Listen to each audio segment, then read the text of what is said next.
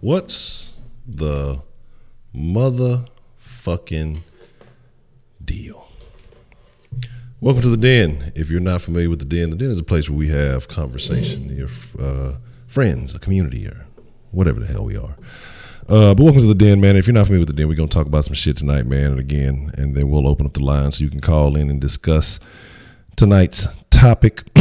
I'm your host, Ed Honcho, man. We're going to talk about something, and it is something I have been mostly avoiding talking about because, like I said, I'm not watching The Surviving R. Kelly, and I want to kind of come at this thing from a bit of a different angle when we discuss it tonight. I'm sure some of y'all have seen it. I'm sure some of y'all have, your opinions and your thoughts on the whole situation. Again, like I said, I don't even know. I'm not familiar with what's going on, and I'm not all the way. Let's not say I'm not all the way super concerned, but I think there's some things we have to discuss, and I think it's not really just about R. Kelly. And again, y'all know usually I put a topic and we kind of approach it from different ways. And again, like I already know y'all gonna have some very good input. Because then that's what makes it what it is. But we're going to discuss it. Like I said, we're going to discuss that. We're going to discuss some other things tied to this because it's not just about R. Kelly. It's about a lot of things tied up in this situation because this is a topic that needs to be discussed, I guess, while it's hot. It's been going on for days. Again, like I said, I'm not watching this shit. I'm not watching fucking Lifetime. It has nothing to do with me. But we have to discuss some of the issues surrounding this thing because I have questions. I have questions that need answers. And we have, again, like I say, several angles to look at this topic, this conversation, and, kind of where it leads in other areas. So let's just get into it. Let's see what friends of the Den are joining us tonight. And we're going to talk about it, man. I see James Dean, Ed Man. Thought you were going to speak on R. Kelly. Man, I wasn't, but we are. Like I say, I didn't think I'd have to be off the B.O.B. train, and I did. So, a lot of things to go. H-Town Lifer, what's the motherfucking deal? Beyond the Funny Nigga Jaja era. Good to see you. Can't avoid it. You ain't lying. Can't avoid it. Squirt, Brudley, Art of Dialogue, and separate the man from the music, huh? Man, we got a lot to talk about, man. We got a lot to fucking talk about. Man, I don't even know where to start, but we're gonna start. So here's the deal. You know, when you talk about this R. Kelly situation, apparently this is something that's been going on since what, the night. I don't even know when they said the shit started. I don't know, you know, how long it's been going on. And now it's to the point where in Chicago and Atlanta, now law enforcement is saying that they're going to start opening up the investigations and telling people to come out the woodworks. And let me tell you why law is getting into it right now, because this isn't the first time. I'm sure they've been heard about it. But now it's because it's such a big deal. Law enforcement loves to have a big name on their record. Yeah, we got this motherfucker. You know, it's a big name. You know, it's something to talk about. Remember that time we got that fucking Bill Cosby, we got that goddamn R. Kelly? But it's not just about R. Kelly, man. It's about everything involving it. And again, we talk about enabling. We talk about accessories to this problem. And again, like I said, I have not seen the series. I will not watch a minute of the series, not a clip, not a trailer, not a nothing involving this series. And I'm not validating R. Kelly in any way by doing this. You know, with everything that's coming out, here's my deal. I don't like young hoes. Shit. So the fact that if he was lingering and lurking around high schools and doing all this other shit, it's very disgusting. But my problem is too, if he is under investigation, why aren't the people who have been knowing about this, you know, involved in some sort? Because there's a lot of people that's been enabling this. There's a lot of people that have been letting this go. And I think anybody who was a part of it, that showed their face on that documentary and knew some shit, they need to be in some sort of conversation too. I'm gonna be honest. But also, I look at this situation. Okay, I'll say if he's this sick and he's this disgusting, it didn't just happen out of nowhere. It didn't happen out of anywhere. And I know a lot of the conversation is, well, you know, he got away with it so long because he was doing it to black women, and, you know, nobody cares about black women. I don't think that's the case. I think that certain folks are more, not, I don't want to say accepting, because then people say, oh, you're an apologist for R. Kelly. It's not the case. I just think there's a lot of shady shit going on around it. Again, like I said, you know, the money done dried up. I think people are coming out, again, like I said, I think the fucking money done dried up on his end, hush money or whatever else it is, because again, this ain't the first time R. Kelly's been accused of something, but nobody had anything to say, you know, 10 years ago, but they talking about shit that happened 10, 20, whatever, however long it happened ago. I don't get, like I said, I don't know. But a lot of this might be speculation on my part. If y'all have the facts, you know, hey, you know, make sure y'all drop that in the chat, and I'll make sure to try to read that. Because the women in the documentary stayed cool with the BS until the light came on and they scattered like roaches they are, and they need to be tried. Exactly. And here's the thing. It's not on all on R. Kelly, you know, because if it's such a, you know, Me Too movement, if it's such a thing, why weren't they saying something earlier? Because if you have all these people that know all this stuff, why didn't y'all come together as a group and say, hey, we got this information on this guy? Because y'all were eating good. Y'all were living and enjoying the celebrity, and motherfuckers did not care. They didn't care because it didn't hinder their pocketbook. Now that they're no longer relevant, I'm sure most of the people in that documentary are old as shit. And again, they're no longer relevant. People will do anything for some attention and some fame. They'll probably try to get a book deal out of it, you know, put their face out there. Somebody will, hey, well, tell me everything you know. We'll write a book about it. You can sell your book. People are trying to capitalize off this. This is the society we live in. And I think that it's super fucked up. But let's talk about it, because we're talking about, oh, it's because he did all this to black women and nobody cares about black women. It's not the truth. If you go back and you look at it, R. Kelly wrote a book and he talked about some things. And I'll tell you, I lost the final straw was when he was talking about something with his mom, and he was talking about coffee and some things like that. And not to get all the way into the details of that, but I'm sure you can find the video out there. But, you know, you go back and you look at a little bit of history, because this way I look at things. Well, how did these things originate? How did these things happen? Did something happen to R. Kelly when he was young? He talked about how he lived in a house full of women who behaved one particular way when his mom was there, but when she wasn't around a lot. He didn't grow up very rich. I think he got shot in the arm when he was 11. They say the bullet's still there or something like that. But basically said that he was molested. That he was molested, by at least one of these women when he was young. She was like 10 years older than him. And so nobody has a problem with that. You know what I'm saying? And nobody's upset with that. And again, he's a serial violator, so I'm not justifying anything that he did. But you got to get to the root of the problem. Is that woman probably around or alive still? Probably not. If she was 10 years old in R. Kelly, who knows? Black people be eating bad, fucking greasy ass chicken and shit. No telling, we be fucking ourselves off. I don't know. But that shows that it's not just the men. I could really get into some detailed accounts of the behavior of people. It's not just black people, but it's the way we handle it. Because I could get into some things. I could talk about my youth, well, maybe early teenage years youth. And trust me, women are no better than men. But let's get into it. Excuse me.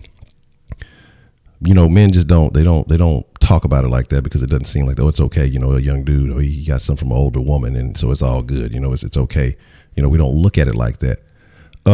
Say I still jam my nigga R. Kelly. Say one of them hoes did say she was gonna write a whole green and eggs and ham suit. That's what I'm saying. And because it's money. It's money from a bunch of motherfuckers who feel like, okay, we taking this nigga down. 'Cause this is the movement we live in now. Like, if you ever fuck around on Twitter for just a little bit, black women blame black men for everything. And again, I'm not saying it's anybody's fault, but again, black women accepted this shit for the longest. When he was peeing on people, supposedly, motherfuckers, they saw the shit. They knew what the fucking shit was. They were still celebrating. R. Kelly's still doing concerts. He did a concert last night. R. Kelly, as despicable as he may be, he told y'all he was a bad man. He wasn't ashamed of it. R. Kelly does not give a fuck. All this shit going on, he said he gonna sue everybody. R. Kelly is, like I say, still pulling up, doing concerts, singing, and guess what? Got a crowd in the whole fucking club, singing along with him, recording him on video, damn near about to faint and pass out and all that other good shit. And I guarantee you this, your mama still tweeting R. Kelly and all that other shit if she on Twitter. Because I've seen the shit. This motherfucker still tweeting at him in full support. And the overwhelming majority of them are black women. Okay. And so the fucked up part about it, is it just R. Kelly or is it black culture? Because I'll be honest, I don't really know. I don't really know too many white folks that fuck with R. Kelly. Like, I'm probably sure they do, but I don't think I've ever heard one say, "Oh, that R. Kelly." But I don't know how many white folks I know that really just fuck with R&B music. I mean, it's a couple of them. I wouldn't call them white; they were more Hispanic. But the thing about it is, nobody cares. Honestly, you have some people who are, like I say, promoting a story on television, and again, they're capitalizing. If there wasn't a way for them to capitalize off that shit, if they weren't getting paid or getting, knowing they were gonna get some kind of something off of it, they would not be telling the fucking story. You know what I'm saying? They wouldn't give a fuck. Say he made a soundtrack to our live, refused to let it go. And again, the man made excellent fucking music. But, I look back and I say, this is why I start questioning stuff, because right around the time when his mother, he made Honey Love, he made some other good things prior. But when it was right around, I think in 93 is when his mom died, is when you start seeing the music get more overly sexual. You start seeing it get a little bit freakier. And it just makes me wonder what was really happening in this man's childhood. And I don't think it's necessarily a Kanye situation where, he started kind of making crazy music. His music started getting weirder after his mom passed. He told you everything. He put everything on the music. He said he can't write well. He said he can barely read. He just told you stories of exactly what you were feeling and thinking. And that's what he was feeling and thinking. That's what motherfuckers was with that shit. Look, everybody is guilty. Everybody who's ever sang an R. Kelly lyric, and I'm in there too, we knew what the fuck was going on. And we accepted the shit. And it's a sad situation. It's not fun. I mean, I'm cracking jokes somewhat. But ultimately, man, it really is a sad situation because you say we need to worry about our own house. We got plenty of money. And that's the thing, man, because here's the deal. Oh, who I want to say again, I'll be trying to recall. I want to say it might have been Ernest. Ernest always comes with fire calls. Usually I'll be attributing stuff to Ernest. Usually Ernest or Jay Dizzle or somebody calling in with something good. But I want to say Ernest was talking about, he called in a couple of weeks back, or I can't remember, when we were talking about something. And he was saying, we got plenty of people in our own families out there doing that shit, but we let it slide because they're family. We got a lot of people in our own families that are sick as fuck. You know what I'm saying? And still, that's just him. Or we brush it under the rug because, we love them or we care about them or because they're family. You know what I mean? Like, hey, everybody got a disgusting ass uncle. I got one. I don't even fuck with that nigga though. Or, but he's not even saying in a young sense. He just disgusting. But fed him rocks. You know what I'm saying? Everybody has someone in their family. I won't say just as bad. His celebrity probably enabled a lot more, but nobody was giving them up. But nobody gives a fuck because they don't give a fuck about their own family. They don't give a fuck about celebrity because we give, like, especially in the black community, we give celebrities another level of power. They just have this. It's the celebrities that rule us. The rappers, we let them get away with anything. They talk about one of them little dudes supposed to be diseased. He's still fucking all kind of hoes. They ain't even tripping. You know what I'm saying? They don't care. They still doing it. And so we put these motherfuckers on a pedestal like they can do no wrong and just don't want to believe and don't want to accept what's happening. And so is that a bigger sign of the culture? Is that a bigger sign of us as, everybody ain't black, but we got a significant proportion. But, and again, is that us as a people fucking giving these people, like you said, the godlike status? We treat them like, we put them on this pedestal that allows them to get away with anything. And again, to me, I think the people who were involved then, who are just now coming out and saying they're just as bad, because would they really have, what did your former student tell you with R. Kelly? You lost it. Look. Now, let's be honest, though. Studio 50. Here's the deal. Let's be honest. We're not all of us grown folks. Some of y'all don't know no better. But I know everybody in here who is, I want to say, at least 27 and up, has gotten some kind of groove on to R. Kelly. You know what I mean? And you think back on that. You think back on that, and it makes you wonder. I got a story I want to tell, but I don't think I'm going to tell it. I don't think I'm going to tell it. And I'm not going to mix it tonight or anything, so I may save it for maybe this weekend or something like that. But I got a story to tell. It involves R. Kelly and a particular situation that happened in my life. Multiple times. I can think, man, I can think of times in college. I remember when fucking was it Chocolate Factory came out, and we had us a little party. It was a live ass party, and once we kind of cleared everybody out, we had an after party, and all we did was play that fucking Chocolate Factory CD. And damn near everybody who remained, you know what I'm saying, all the ladies that was there, look, everybody basically took them up to a room, and it was what it was, and it wasn't like no R. Kelly shit. They was with the shit. We were all legal, so it wasn't none of that kind of shit. But the thing is, everybody has, well, again, I don't know about these young generations, but everybody over a certain age, I'll say 27, has some type of R. Kelly involved memory, and it's 99% of the sexual nature.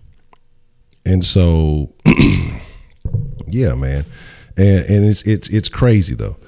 You say, man, and Remix to Ignition is the damn song that I'm talking about. That and the story I'm not gonna tell. Appreciate it, Unique. Always good to see you.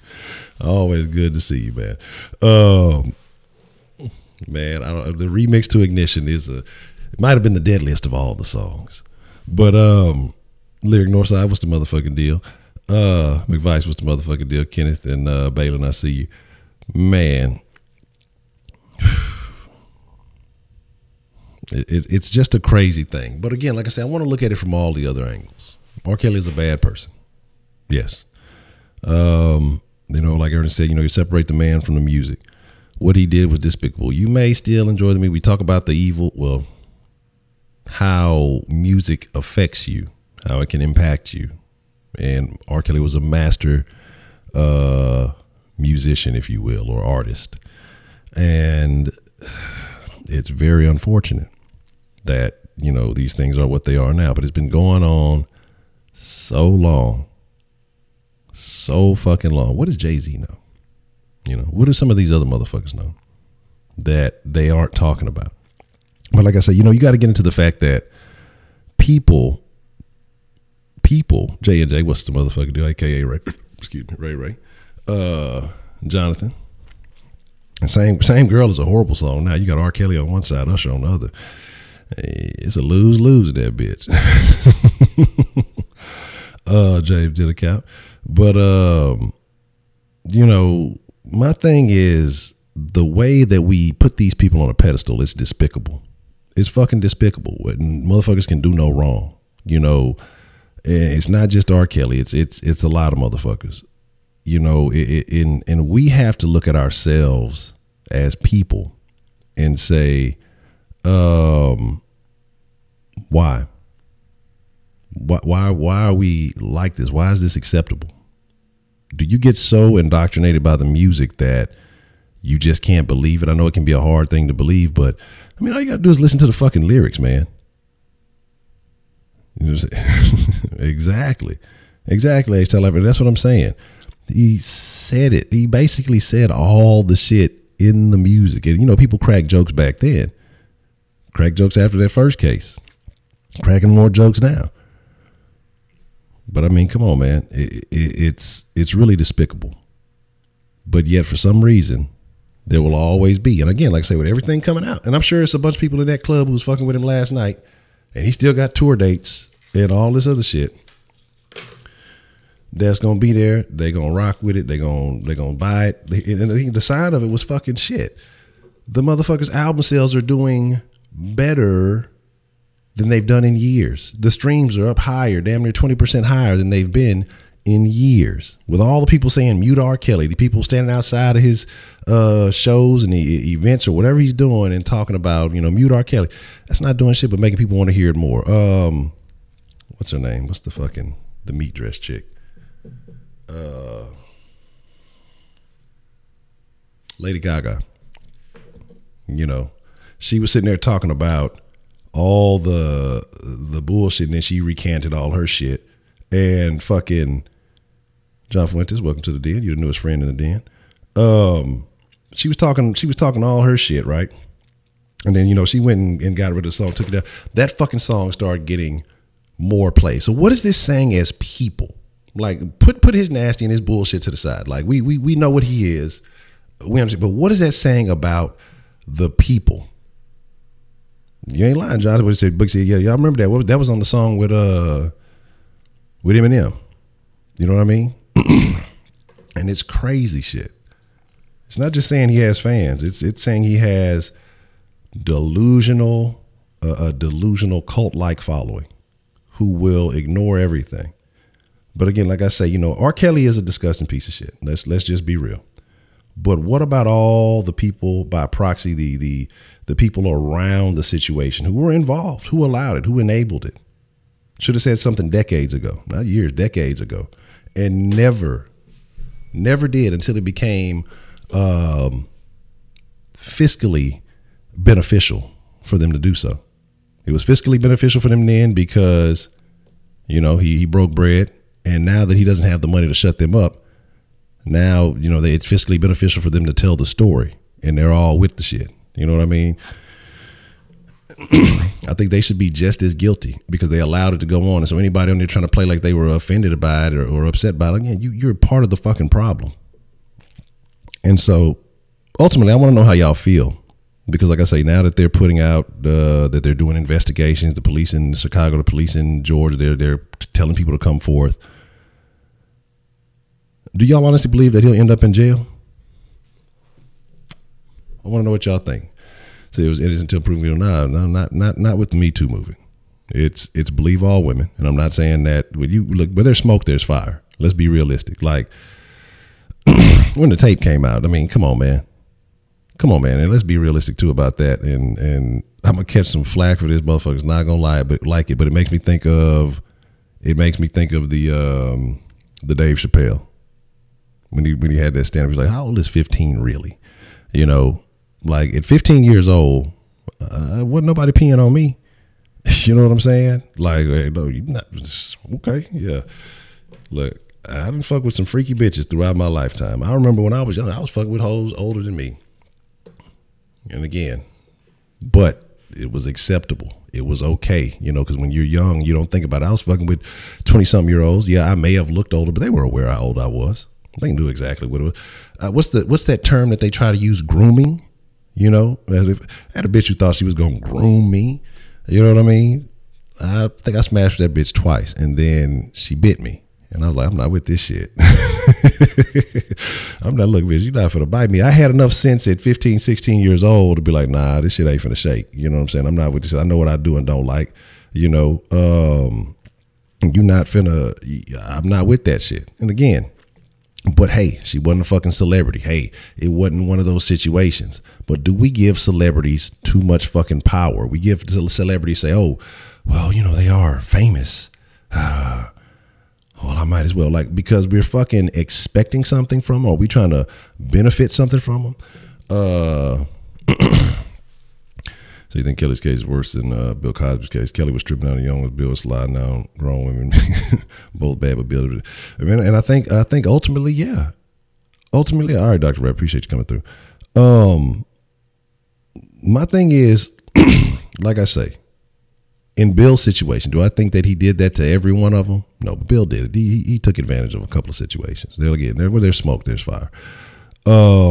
But again, my thing is just, it's always so odd, the timing of a lot of these things. And that's where I start getting concerned. Like, why now? Why not when it was happening? You know, is there some feeling? Is it the social media era? Is it the energy that gets behind these causes now on social media? Is it now that because people say, okay, well, this happened with this person? Is it the Me Too era? What is it that is fueling all these accusations? And again, there's still a lot of stuff going on. We can talk about Harvey Weinstein. We can talk about Kevin Spacey. We can talk about a lot of people, man. It's a lot of people that are doing stuff. You know, the one thing is funny because there was a chick that did it, but nobody wants to talk about that because she was a big pusher of that Me Too movement, and she was messing with the little dude and trying to say, oh, he was doing it, but you find out she's calling him all these kind of weird names. I don't know her name. The dude, the one who used to be married to the chef guy. And she was basically a molester and tried to pay it off and all that other shit. So again, but you know, it doesn't work that way. You know, we don't care when it's the other way around. Everybody, all of them, disgusting. A lot of that Hollywood shit, disgusting. A lot of that music entertainment industry shit, disgusting. Now, hey, done a lot of foul stuff in my life. I am legally disgusting. Okay? Yes, I am a legal pervert. I'm not doing wild shit. I'm not taking anything. I'm not going under. I don't like chicks. Like, I don't think I've gone younger than 2 years under my age. Like that to me, like, I don't like younger women. I mean, again, like I say, it could be from situations in my childhood, you know, normally I was messing with older chicks. But my thing is just, there's urges and then there's sense. And I'm not saying I have the urges, but I'm saying anybody who has these urges, you have to say, look, man, okay, this ain't right. This ain't how it goes. This ain't fucking, you know what I'm saying? This is not how it works, man. You know, this is disgusting. This is vile. And I either need to get some help or go to a convent. I need to do something. You don't engage in these behaviors. But again, like I say, when you got people all around you enabling these things, you know, the Weinstein thing, they talk about, oh, it was a joke in Hollywood. You got to fuck Weinstein to get the part to do all that. So that means people knew. Nobody gave a fuck. They was all with the shit. They all enabled the shit. They talk about R. Kelly. This motherfucker had drivers and the women say, oh, they saw him doing stuff on tour and all this other stuff, backup dancers and all that other shit. We say she bailed him out, then she dated a child. I said, I don't even know about all that shit. It's a bunch of crazy shit, man. And then nobody complained because if they like you, if they think you represent something, and I think she's a piece of trash too. If they like you and they think you represent something, nobody's gonna say something. She's the number one selling fucking female artist out there probably right now, between her and the other one. But no women are saying anything about her brother or the Me Too shit when it comes to that, or, you know, believe all women or believe, you know, the kids or whatever the things are. And so again, You know, it's fucking, it's crazy. Balin, that sounds kind of suspicious too, because De La Hoya likes to cross dress and do cocaine. So don't low key try to see him. Make sure it's high key, because it might get weird. You know, so my thing is the Cardi. No, I can't stand fucking Cardi B. I can't stand Cardi B. I don't like Nicki Minaj. I don't like. I don't think there's any real female rappers out that I really care for that are putting too much of anything out. Now maybe just overlooking something, but there's none I can think of off the rip. But again, I mean, we've been talking about the music. We were talking about the impact of music the other day, and I've really been thinking. And this is why I say I fuck with the Den, man, because you know, yeah, I speak and I speak my mind. I talk about things, but when you guys call in, when you guys share your input, and sometimes y'all say stuff that just really makes me think. I get off the Den, you know, before I go to bed, I'll let them say, okay, you know, that was a good call, this conversation. I write stuff down. I'll go back over and just kind of say, you know, that was a real good point. You know, that's something to think about. And the Den helps me grow. Maybe you might get something out of it. Y'all may, you know, get some things. I know some of y'all are younger, and I hope that you're getting something out of it, because ultimately that's what I would love. You know, the Den, you know, to have a good time, to talk a bunch of shit, but, you know, get something out of it. Like, even though we may be a bullshit ass off topic, you know what I'm saying? I think that it's a conversation that needs to be had. And so, but just looking at this, man, like I said, you know, the other day, you know, we were cracking jokes about the R. Kelly thing. And then, you know, Ernest called in and said something, and he said made fucking complete sense. And so since then I've been like, okay, yeah, I'm gonna be cautious on R. Kelly. Then I heard that little video when he was talking about his mom. I'm like, I'm done. Then I did, like I said, a little bit of research there. And, you know, he's talking about how he was molested at a young age. So there's no way, you know, your childhood impacts how you grow up and how you respond to things as an adult. And see a page of Silent Monk, New Sense. I don't never heard of her. You know, I really don't listen to Chicago rap. If it ain't all the Chicago rap I think I done heard was, it's been some long old school shit. I'm old, fucking Do or Die and then Twist or some shit like that. Who else I was called, like, what, Dirk and Keith? I ain't really rocking too much with Keith. Dirk got some all right shit I've heard a while back. But anyway, like, even talking about the music period, like, I'm not even really fucking with the rap no more because of Killing Boys. What's the motherfucking deal, man? Good to see you. Say Think Rhapsody. I'm not familiar. I've never heard of her either.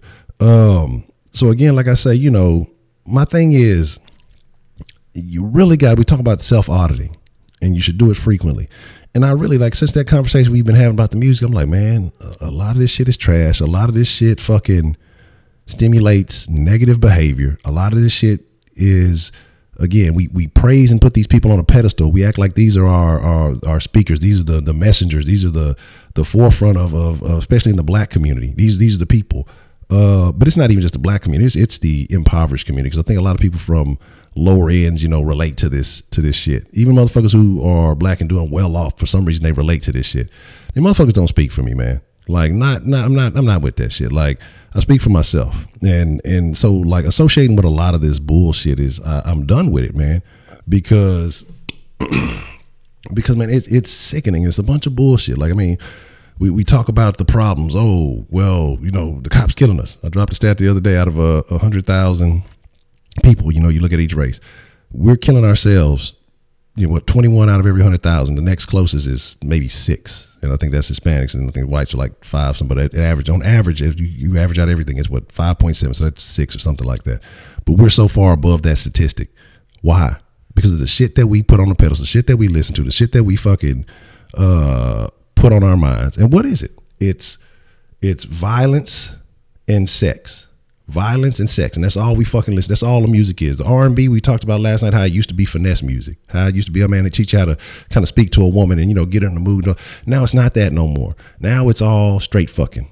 Now it's all, man, fuck that nigga. We were talking about, I think Kush called in the other day when he was talking about, man, fuck this nigga, fuck that nigga. Oh man, something bad, a cop killed one of them. We all got to come together now. But you just said fuck everybody, fuck all the friends, fuck everybody. I don't fuck with nobody. Fuck you, fuck this. I kill your whole family. But now it's time to come together because somebody who doesn't look like you then call some shit, and we don't fucking want to hear that shit, man. And the thing is, like, it's nothing but common sense. It's nothing but practical thinking, but we don't want to do that. Are we that impractical, man? Are we that fucked up? Are we that fucked off? Yeah. And I listen to Nipsey Hussle, and the reason why I like Nipsey Hussle, he alludes to his previous old behavior, but he talks about how he, you know, came up out of it. He talks more about business now. You know, you can still be yourself in a sense, but you ain't got to be with all this weird shit.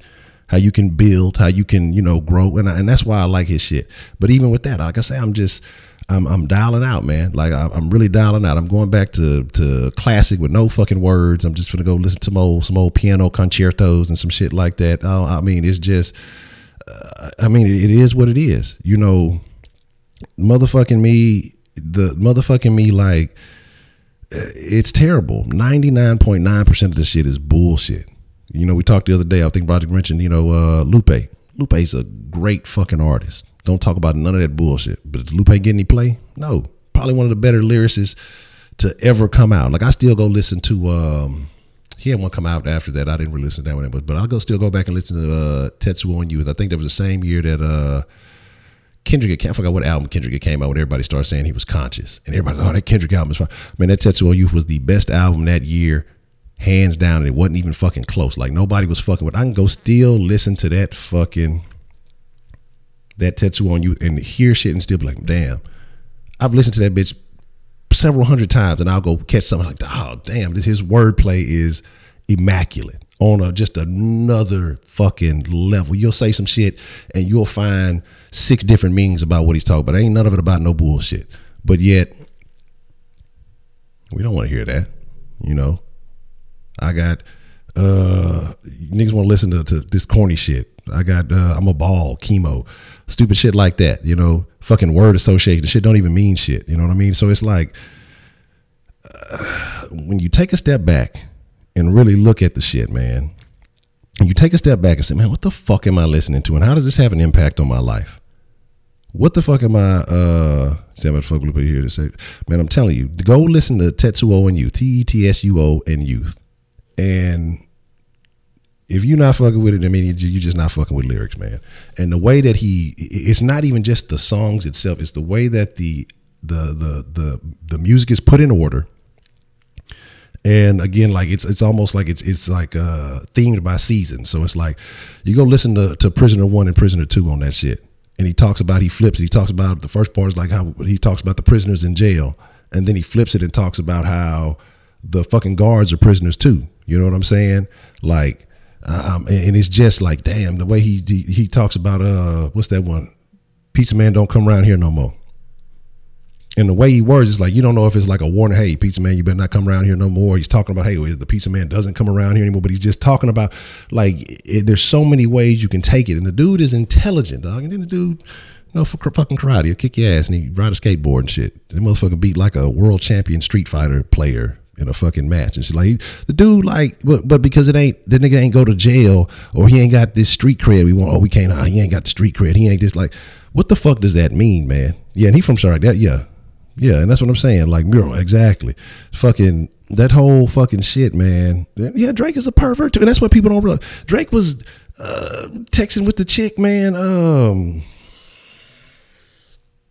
don't even know the name of the show, but it was a little white chick. Because I laughed at her name, Millie Bobby Brown, because I was like, damn, the only Bobby Brown I know is Drugs Bobby Brown.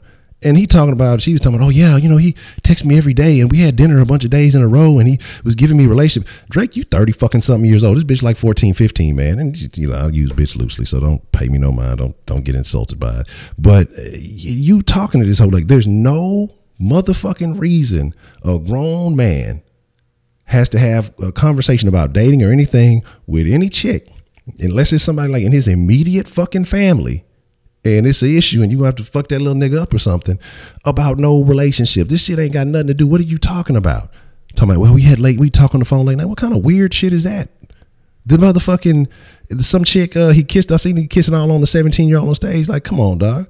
Fucking Akon did less than that and they tried to throw him away. But because motherfuckers love Drake, they not even gonna entertain that shit. Like, this culture is fucking disgusting. Real fucking disgusting, man. Drake been acting suspect since before then. Drake is a super simp. But because the music he makes is catchy, nobody fucking wants to acknowledge the shit. He said Weeknd, yeah, Weeknd's a weirdo too. But he make good music. But that's not an excuse. Like I say, I don't know all about Weeknd, but I'm sure he is too. He in that Drake camp. I'm sure they all fucking doing that shit, man. But my thing is this, man. Like, maybe I'm just different. Maybe I'm just fucking different, man. I don't like young hoes. They get on my fucking nerves. I don't barely like hoes. They turn bitch under 25. I can't stand. Especially in this day and age, because she's probably goofy as fuck. And then you have the ones over 20, they all got goddamn kids, goddamn it. So, but man, just a bunch of bullshit going on. Yeah, look, oh damn, I've been on a little rampage. I ain't even realize. I felt like I've been here about 10 minutes. I've been talking for about 30 goddamn minutes. Let me open up the fucking Denline, man. and we gonna discuss some shit. I want to know how y'all feeling. I want to know what y'all thinking about this whole situation. Like I say here, let me reboot this bitch real quick just to make sure it all come through smooth as it should be. But it's disgusting, man. The fact that we, like I said, the pedestal we put these motherfuckers on, man, this as a society. It's because it's not, I mean, it's the black community specifically with this situation and some other situations similar to it. Like I say, don't be surprised about the Drake shit, but ain't nobody gonna say nothing. Why? Because he's hot right now. He's making a lot of money. Motherfuckers throwing hush money all around to make sure he ain't getting done up. This nigga had a whole hidden kid. So you think he ain't hiding some other shit? But other famous people get away with it too. You know, it's a lot of shit. Fucking, what's his name's over there delivering AIDS on demand, and nobody was really tripping on that shit. Because people, when you're famous, it's like you get this fucking pass. Or when you're in a position of power, you get this fucking pass, man. Fuck everybody with that shit. You know what I'm saying? Like, now I'm not sitting here saying that the women don't, that there aren't situations where women make shit up. I've told y'all, like, I know that this fucking happens. Again, it's happened to fucking me. But when you got so many coming out and saying certain things, again, where there's smoke, there's fire, you know, but we don't want to acknowledge that. It hurts our feelings. It alters the way we feel about something we like or we enjoy, you know, man. Again, what is that? Cognitive dissonance. It is what it is, man. It is what the fuck it is. Baker Man, Phoenix. Oh Lord, you in there talking about chicken. You know, and again, like I say, it's fucked up, man. He's hiding the world from his kid. Yeah, that's what he say. Yeah, he's fucking with porn stars and shit. Drake is a whole pervert, dog. Like I ain't even finna get into it. We're gonna open up the Denline, man. We're gonna open up the Denline. We're gonna take some calls, and I'm gonna add some more to it here in a bit. Give me just a second. Let me. Let's just get it activated, man. I want to know how y'all feeling. I want to know what y'all thinking. It's just, it's terrible, really, honestly. And like I say, it's not even just ultimately about R. Kelly. It's about this whole culture around it. And again, let's not put it past when women are doing shit too, you know, maybe not at the clip, or maybe it's not viewed the same because of, you know, well, it doesn't look like that inside. They don't, you know, we act like women can't take or force or put people in bad positions. It's fucking happening. There are women in positions of power. I've seen it fucking happen, who are even on low-level ass jobs. You know, if you ain't fucking with me, you're going to get fired or whatever else. It's like, I've seen the shit, man, more than one occasion. And so this is why I say you can't like sell me nothing. You know, you can't sell me nothing I didn't want to buy before, because, man, I've seen it all. I've heard it almost all, because every day it'd be some little new thing I wouldn't have thought eventually happened. But it's so much bullshit going on in the world, but we accept it because, well, it's just the way it is. Or, man, fuck that shit, man. You know, and the thing is, like, if that's a part of the culture you have to be in this industry, or to be, then maybe you don't need to be in the industry. And again, then people, oh, you're victim blame. It's not that. But it's a certain point when you're an adult and you know what the fuck you're doing. It's a certain point where you have certain levels of sense and you expect to get something advantageous out of the situation. So you go along with it. And a lot of these people, even though it's illegal and it's bullshit, they go along with it because there's an advantage for them to go along with it. And so that's why I say you're just as fucking guilty if you were involved in this shit, you knew about this shit, and you never said or did anything prior to. And like I say, so it's a lot of disgusting motherfuckers. It was okay. It was okay while I was on tour. So it was okay as long as you was on tour. It was okay as long as you was getting that hush money. It was okay as long as, you know, you benefited off, bought your car, some clothes, and you was shining off of it. You wasn't worried about none of them other motherfuckers. But now it's an issue. You know, I talk about the parents of the ones who were saying that he had a sex cult.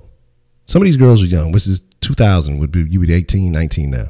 They were just talking about some shit last year where somebody had a sex cult. Some girls who were 18, 19 years old. Man, look, when that R. Kelly trial was going on, these kids were 4, 5, 6 years old, whatever.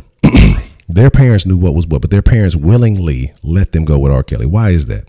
Because they knew that R. Kelly was a fucking pervert, and they were hoping a situation would occur where they could benefit off the shit, man. Like, and this is disgusting that you put your own child in harm's way to make that shit happen. What's the motherfucking deal? Who we got calling on the Denline this evening? Hello, hello.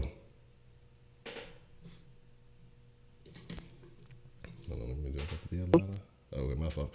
Who we got calling on the Denline this evening? Man, Oh, I got the Denline fucked up. My fault. Hold on. It's Kenneth anyway. I don't know if I want to talk to Kenneth. Hello? Damn, what? no. Hold on, I fucked it up. Give me 1 second.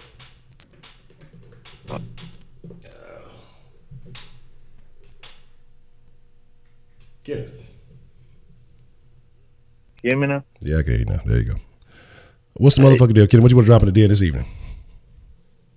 Hey man, first and foremost, like I start off most of my calls, man. Hope you had a good day today. Hope everyone in the chat, hope all of y'all had a good day, man. But I kind of want to speak on, the whole R. Kelly thing. Okay, what you got? Man, like my teacher, the same teacher that gave us their project the other day, Tuesday, first day that we got back from school, we were talking. She was talking about the situation, and it was just like I agree with some of the things that she said, but then again, like I said, I don't agree with all of the things that she did say. Some of the things she said that some of the shit that R. Kelly done did is unacceptable, but then again, some of the shit. And then she said, and the one thing she was saying that all of the people that are accusing R. Kelly are, all of it is true. And, she had her feminist cap on, because I don't personally I know R. Kelly did a bunch of the shit that he's being accused of. We can't deny that. But it said all 100%, like every single woman is probably accusing R. Kelly of some shit that, I don't feel like all of the women that are accusing R. Kelly, are guilty. I feel like some of them are probably lying or trying to get stuff of it or whatever it may be. But, like most people with the fucking not listening to R. Kelly shit, I'm talking about as soon as that documentary went out, I didn't even hear about this shit, but I'm like, so I was listening to some music where I'll go on Apple Music looking for a song, and when I go on the search bar, on the top of the trending bar, I see R. Kelly. I'm like, bro, I thought nigga, I thought nobody was rocking with this nigga, and like his shit is going through the roof on Apple Music, Spotify, Tidal. Like R. Kelly's numbers are running up, like them shits are flying, and it's like, bro, I thought we were supposed to not be listening to this nigga. I thought we were boycotting R. Kelly. But like that's the thing about a lot of this entertaining shit. Like the entertainment game and the rap game is a bunch of fucking hypocrisy. Like the shit is awful. Like you see a lot of these rappers, man. A lot of these rappers do a bunch of shit. But as long as they keep putting out a bunch of club anthems, we don't blink an eye. Drake can do whatever the fuck he wants to, but as long as he drops a new album, that shit is swept under the rug like it's nothing, man. And me personally, yes, I enjoy the music, but like I like to separate the artist from the music, because to me, man, I just want to hear the music, and I know it may sound wrong, because some people can't separate the artist from the music, and that's fine. Everyone has different views on that, but I just feel like this entertainment shit, like this shit is just fucking diluted with hypocrisy, man. But that's all I kind of wanted to say. All right, Kenneth, I got a question though. I got a question for you, a real question. I ain't gonna give you a hard time. I want to know, can you truly, if the man makes the music, can you truly separate the man from the music or the person from the music?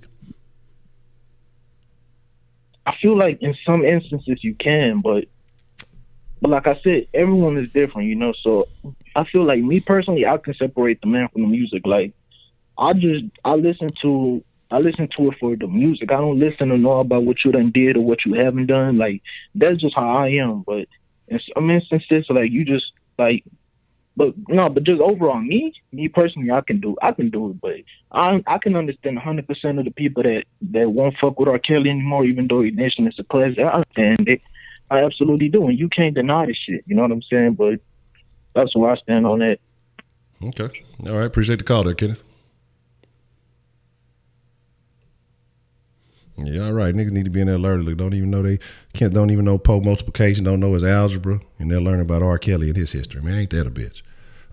What's the motherfucking deal, man? Who we got calling into the den this evening?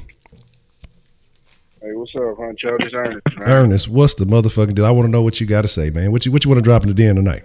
Yeah, man. There's a couple of things real quick. You asked Kenneth about can you truly separate the man from the music? And I want to touch on that, bro, because I'm going to tell you when I had my little wake-up call, bro, about that question. Mm-hmm. when that whole ordeal went down with Bill Cosby, man, I told my wife, man, I was like, man, ain't no way Bill Cosby did. Ain't no way. But we kept talking more in depth about it, and I realized, bro, I was thinking of Cliff Huxtable. All them years growing up on the Cosby, and subconsciously, that's because that Cliff Huxtable was my image of Bill Cosby, and I couldn't. And once I got past, we ain't talking about Cliff Huxtable. We talking about this dude, Bill Cosby. Do you really know Bill Cosby? No. And that's when I was like, you got to separate the man from the music. But I just want to throw that out there, bro, because I really fell into that trap, and I just wanted to put that out there because that is a real thing, bro. And the second thing I want to say, man, you making some good points, man, and I just think, bro, like with all his record sales going up, his concerts being sold out, it's a reflection of the lack of standards that we have, not only as a community, but as a society. You know what I'm saying? And I agree with you, bro, a lot when you say that, you know, to each his own. I ain't knock you. I mean that, man, because I realize everybody different, man. Everybody move different. Everybody vibe different. Everybody think different. I get that. But however, you know, you got to have standards, man. You got to draw the line, bro, somewhere. You know what I'm saying? And like I said, if these women want to go out and support this dude, you see, that's where the problem come in at, Honcho, because you got some solid black women out here, bro, that have standards, and that do draw the line in the sand. But then you turn on your TV or your social media and you look at all these black women that really have no standards, and they up in this mud, even though the girls victimized was young black girls. So number one people that should be drawing that line in the sand is black women. You know what I'm saying? But unfortunately, you're not seeing that across the board, and that's because of lack of standard. You know what I'm saying? But anyway, that's what I got tonight, Honcho. Appreciate it, man. Man, appreciate the call as always, Ernest, man. Thank you. And man, and that's the thing, man. And that's the thing. You know, we talk about these issues. You got, I'm on the internet, I'm on the Twitter or whatever, you know, and Twitter's toxic like a motherfucker. But you got all you black men, you're not standing up for us, and you're not believing it, but you're not even standing up for yourselves as a whole. And and this is what I say, and this is what we talk about, because I talk about ladies, I talk about hoes, and I talk about bitches. You know, you got three different kind of women. And the ladies ain't fucking with that shit. They didn't realize, look, they may have fucked with it back then, but they got some sense, and they say, hey man, you know, this is it for me. I get out. This is my bus stop, and I'm off. I'm pulling a little string. I'm getting off right here. You know, I'm good. You got some hoes they probably fucking with it. Them hoes gonna probably fuck with it because, you know, they don't give a fuck. They gonna be real with you. You know, I fuck with it because of this. And the bitches probably ain't fucking with it either. But like I say, you got different classifications of women who are on certain levels. And I think though, and it's something that Kenny said too, does he believe everybody? I don't believe everybody. I think sometimes you get these people too who were around the situation and they're like, well, fuck, I can capitalize off this real quick. Let me slide in here and make a little name for myself. They was probably either with the shit, they probably was out there recruiting, helping groom the shit. Man, like I tell you, it's some cold-hearted motherfuckers out there that ain't just men. They'll try to tell you, oh, it's that toxic masculinity that makes people behave. Well, what's up with these females? They ain't got that much testosterone, but they with a lot of bras out here with the shit. You know, it's a lot of motherfuckers that do the same shit. And it's a conversation I want to have in the near future. We ain't gonna have it yet. And we will have it soon. And again, like I'm telling y'all, man, too, I'm finna start really working on something because I like what we got going on here. But I'm gonna be honest, YouTube ain't the place to have certain conversations because of the culture behind it and everything that goes with it.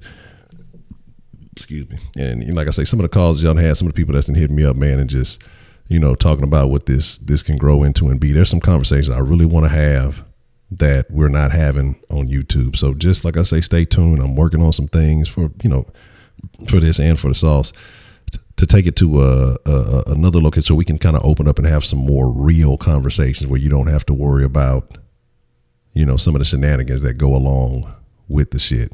And I mean, we can talk, we can be for real and have some conversations. Because I'll be honest, some of these conversations are a bit restricted. Can't go all the way in like I want to. But but it's about, you know, women, how certain women are, it's a certain group of women that are just as bad as men. But we're not gonna get, like I said, we ain't gonna get all the way into that because of the terminology. You know, people get all mad and be saying, you know, no, I'm not quitting YouTube. No, that's not what I'm saying. I'll always be fucking with this. But my thing is this though, man. You know, it's unfortunate because this is where the issues lie. Like we don't put it all the way together. Like I say, it's certain issues that have to be addressed, and especially like you said, you know, okay, it's primarily black women that they said R. Kelly preyed on. They said, oh, well, it's because nobody pays attention to black women, you know, this, but then the black women aren't paying attention to black women. And again, so I'm not, they probably been watching them. I'm waiting for this fucking nigger to slip up. We're going to get his ass and take him down. They waiting. They want to catch me slipping. Nah, but like I said, there's just certain conversations we can't have yet, but as this thing grows and we improve, I've been looking into some things, and I'll always keep the YouTube conversation going because there's a place for everything, you know.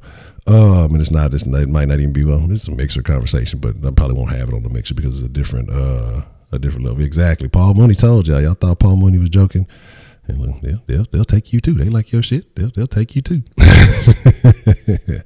But again, man, you know, my thing is it's unfortunate, man. It's like it's a crazy deal. And like I say, you know, there's no longer justification for it. Am I on the bandwagon of, oh, let's mute R. Kelly's band? No, I'm just not fucking with it. I'm not going rage against the man. I'm not finna go and do all this other stuff. But at the same time, I'm just not fucking with it. You know what I'm saying? What's the motherfucking deal, Jay Dizzle? And again, so like I say, you know, it's a peculiar conversation to be having, you know, because me, honestly, it's not my place to be talking about another man's sexual habits and whatever. But if we're talking about something illegal, we're just talking about the culture, and not just the R. Kelly situation, but overall the culture that is around these celebrities and what we allow them to get away with. And, you know, especially in our community, that we allow a lot more than others. And again, you know, we talk about the music. And Shaq Kush had a good call today when he said, hey, man, you know, you can go say anything about a broad if you put a beat behind it. You know, you can say anything you want to say about a bitch if you put a beat behind. Hey, bitch, get on the floor, drop that ass, twerk that ass, spread your butt cheeks, drop it down low on the floor. If you walk up to a bitch in the mall and tell that bitch that shit, man, you're canceled. You might as well go ahead and just lay on the ground cuffed up. They finna come get your ass, you know. But the thing is, it's okay when it sounds good, you make it rhyme and put a beat behind it, you know. Bend over to the front and touch your toes. Go out and tell a bitch that. Go tell a random bitch on the street that shit. The mixer is put the little mixer thingy thing in there.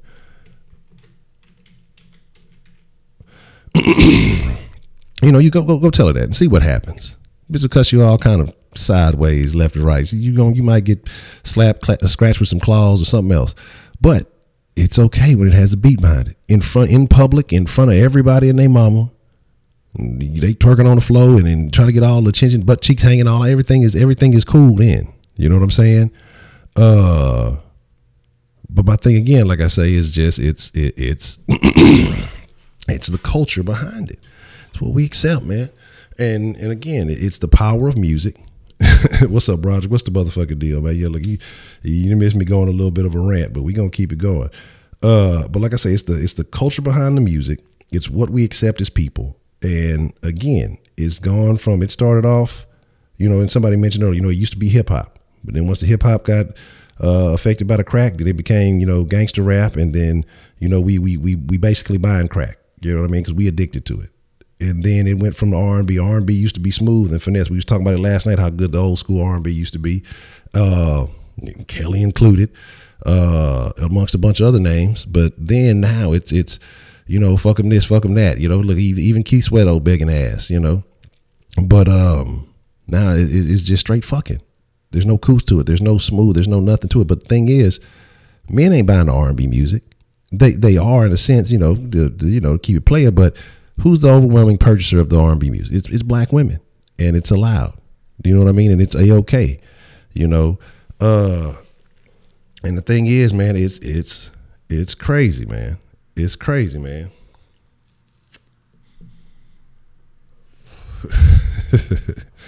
But man, I'm telling you, it's wild. This is acceptable. This is A-okay. You know, again, when you put a beat on it, it's all right. Nobody bats an eye. Now, again, like I said, this man been telling y'all all this shit all these years, forever and ever, been telling the motherfuckers this. And now, and it's funny because now a documentary comes out. We had all this shit, man. You mean motherfuckers saw the fucking tapes? You know what I mean? Motherfuckers saw the tapes. And my bitches probably wasn't tripping because they was getting pissed on. But now, oh, it's this and it's this and it's this. You know, hey, oh, he's a bad man. Let's talk about them motherfuckers who was helping him do it too, man. All them motherfuckers who out there who participated in, well, I saw some stuff on tour, but, you know, I didn't want to lose my backup dancer job, so I didn't say anything. Okay, so basically, it was more important to you to dance your ass off behind R. Kelly than it was for you to really be concerned about this young woman and what was going on there. You didn't give a fuck. Don't try to play like you give a fuck now. You know, let's just be real. You are just as much of a scumbag as fucking as he was, you know, because you allowed. If you knew about it, like you say you do, you was with the shit. You allowed that shit, man, and that's what bothers me. What's the motherfucking deal? We got called into the den this evening. Hey, what's up, Honcho? This Ernest again, man. Ernest, what's the motherfucking deal, man? What you want to drop in the den tonight? Yeah, a couple things real quick, man. When you look at, bro, like, I think Covington called in a couple nights ago, and he said that rap is the only genre of music that, like, kind of like beef with itself. You know what I'm saying? And who perpetuates that cycle? You got to look at the top. Who controls the industry? That's why I say they're not without blame, because they perpetuate the cycle. They pay these rappers to say the most vulgar, you know, disrespectful things, you know what I'm saying, and then put it out there for the world to not only see but consume. And this is why, on the bigger picture, bro, people from other cultures who don't even really know anything about black culture, but they know when they turn on TV and they look at Empire, when they turn on the radio and they hear these songs coming out, they don't want nothing to do with it, and they associate that with us. You know what I'm saying? Therefore, they don't want nothing to do with us. You know what I'm saying? Because the image that we put out to the world, bro, and not enough of us take the time to look at the big picture, bro. Like, it's not just about what's in front of you, man, because it's but all right, so something else I want to say, bro, about the it was something you touched on, man. Cushington, anyway, man, it slipped my mind, you know what I'm saying? But, you know, at the end of the day, bro, that's what it is, you know what I'm saying? Like, oh, another thing, bro, because when you touched on the rap thing, right? Yeah. Bro, one of the major things that mainstream rap do, and I ain't trying to take the conversation back there, but I just want to put it out there. Good. Yeah. For sure, that a lot of us really overlook, and it's a major problem. It indoctrinates the youth and the culture with self-hatred, man. You know what I'm saying? To where, bruh, it's just like some of the things we say to each other on tape, if anybody else said that to us, we'll be up in arms. You know what I'm saying? And you know what this do? Well, when I start looking at it, Honcho, bro, and I just start peeping game, you know what I'm saying? It's kind of like Tupac say, from another level, you know, looking at the world from another level. You know, I realized this, man. I had to lower my standards, bro. Like, and when I lower my standards of what I expect from people, bruh, that way when I get nothing, you know what I'm saying? It's all good. You know what I'm saying? Because you can put this out there, and hope that people realize that, hey, man, we all got to look at ourselves in the mirror to a certain extent, man. You know what I'm saying? But when other people choose not to do not only what's their best interest as an individual, but what's in your best interest as an ethnic group. You know what I'm saying? At the end of the day, bro, if we don't learn to lower our expectations, you know what I'm saying, we gonna be disappointed. And that's why when I hear certain things, bro, no matter which angle it comes from, you know what I'm saying, I really don't trip because I lower my expectations. You know what I'm saying? And when I learned to do that, bro, I got to be real. Life became less stressful, all this other stuff. And but I'm I ain't gonna say I'm hoping one day we learn to value the things that are most important, man. And I'm able to raise those expectations. But as of now, I can't do that. But anyway, that's what I got, Honcho. Appreciate it, man. Already, Ernest, man. Appreciate the call, man. And man, and the funny thing about it, you know, when you say that too, the funny thing about it, you think about this rap music. These motherfuckers say all this shit, do all this shit, don't own none of that shit. You know, all this crazy shit you saying, and somebody else own all the masters to that shit. But what he said, man, what Ernest just said, man, it's sad, but it's true. And I think that I do the same thing, and that is lower expectations. Like I talked about, I cracked a joke the other day about that Mad TV skit, lowered expectations. But yeah, I got the vocals. Y'all know nothing about it. But yeah, I know y'all's I know y'all's ear is feeling lovely right now. But no, but I mean the thing is fucking lower expectation. Like you come into a situation, don't expect anything, don't ever expect anything from anybody. And so when you don't get anything, you're not disappointed. And when something does come out of it, man, hey, you know what, you actually end up being surprised. When you do it, when something beneficial does happen, you know what, hey, that's what's up, man. That's what's up. You know what I mean? So it is what it is. You said black people didn't put white murder on the shit. White folks didn't make the shit up themselves. Said the last great R&B group was Jodeci in the prime. They had better music than R. Kelly and public. Jodeci used to be the shit, man. They want someone to go on your music and twist any message they want to come from staying control. Yeah, I mean, they stuck. But whose fault is that if you're not controlling your shit? If you ain't learning the game, you just jumping in another game and you don't know the rules of the game. You know, whose fault is that? And that's the question I have. What's the motherfucking deal? Who we got calling in on the Denline this evening? It's Edmund. Edmund. What's the motherfucking deal, Edmund? So I was going to speak on the R. Kelly situation with, I had a question in regarding to that topic, and that is, well, it's a pretty general question, not just pertaining to R. Kelly, but why do these high-end artists, like the most famous and popular ones, why do they always end up in these situations where, you know, a young girl comes out and says that they were violated or they were raped or they were sexually assaulted? Like, how come this keeps occurring? And is it really the artist's fault, or is it the fact that these females are baiting these artists for a quick money grab? Interesting. Here's the deal, and it could be a little bit of both, honestly. But who's more responsible in that situation? The person who has something to lose, or the person who is trying to get something out of, who has something to lose or nothing to lose? Who should be more responsible in that situation, in your opinion?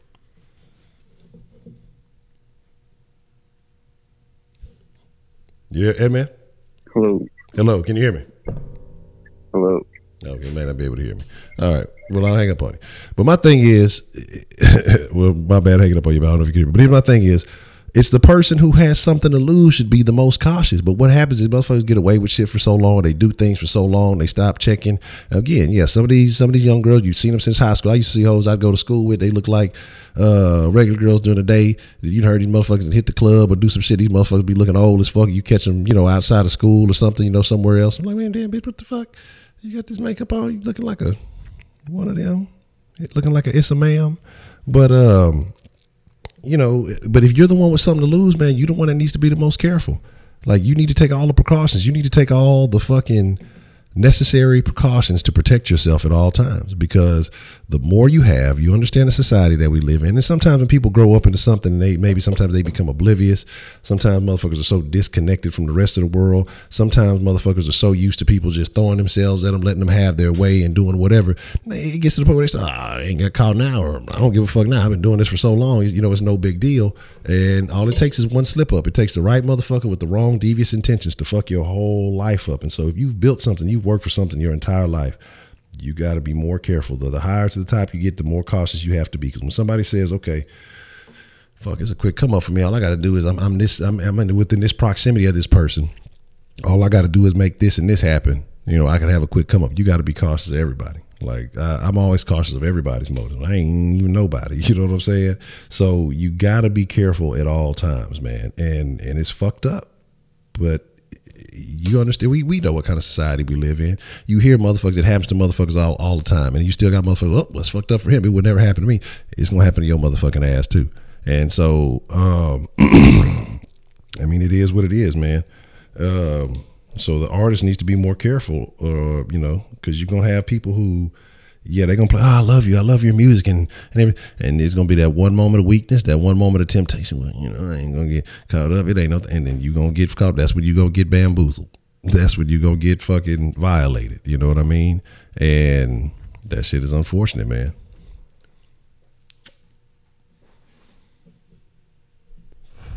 You say, and that's why I say I ain't mad at.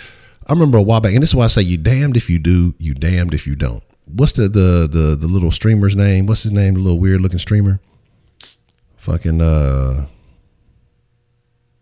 they wanted to call him Karate Ninja. You know what I'm saying? Yeah, Ninja. I don't know why I want to call him Karate.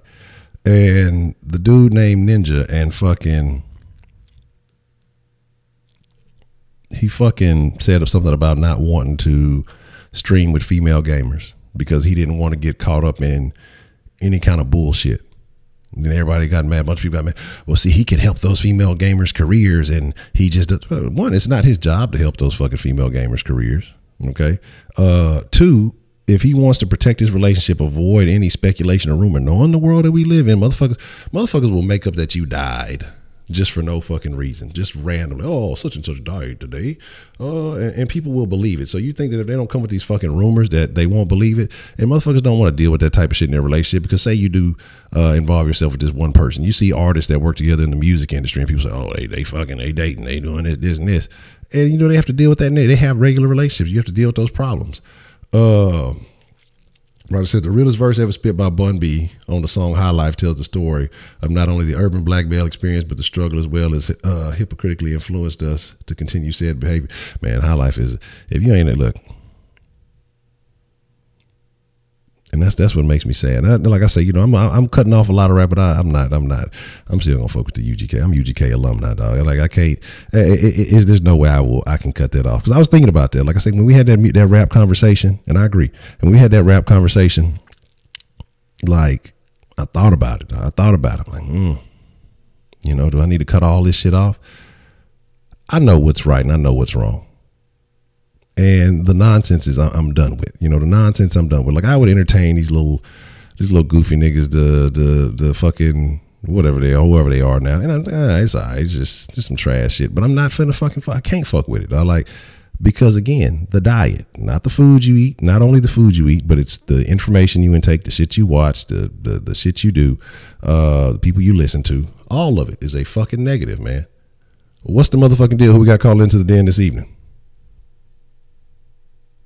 My name is Andrea. Andrea. Okay, this is the first. Welcome to the den, Andrea. What would you like to drop in the den tonight? I'm definitely enjoying this show much better than the last show earlier in the week about R. Kelly. I was kind of upset by that show, but this one is definitely going better.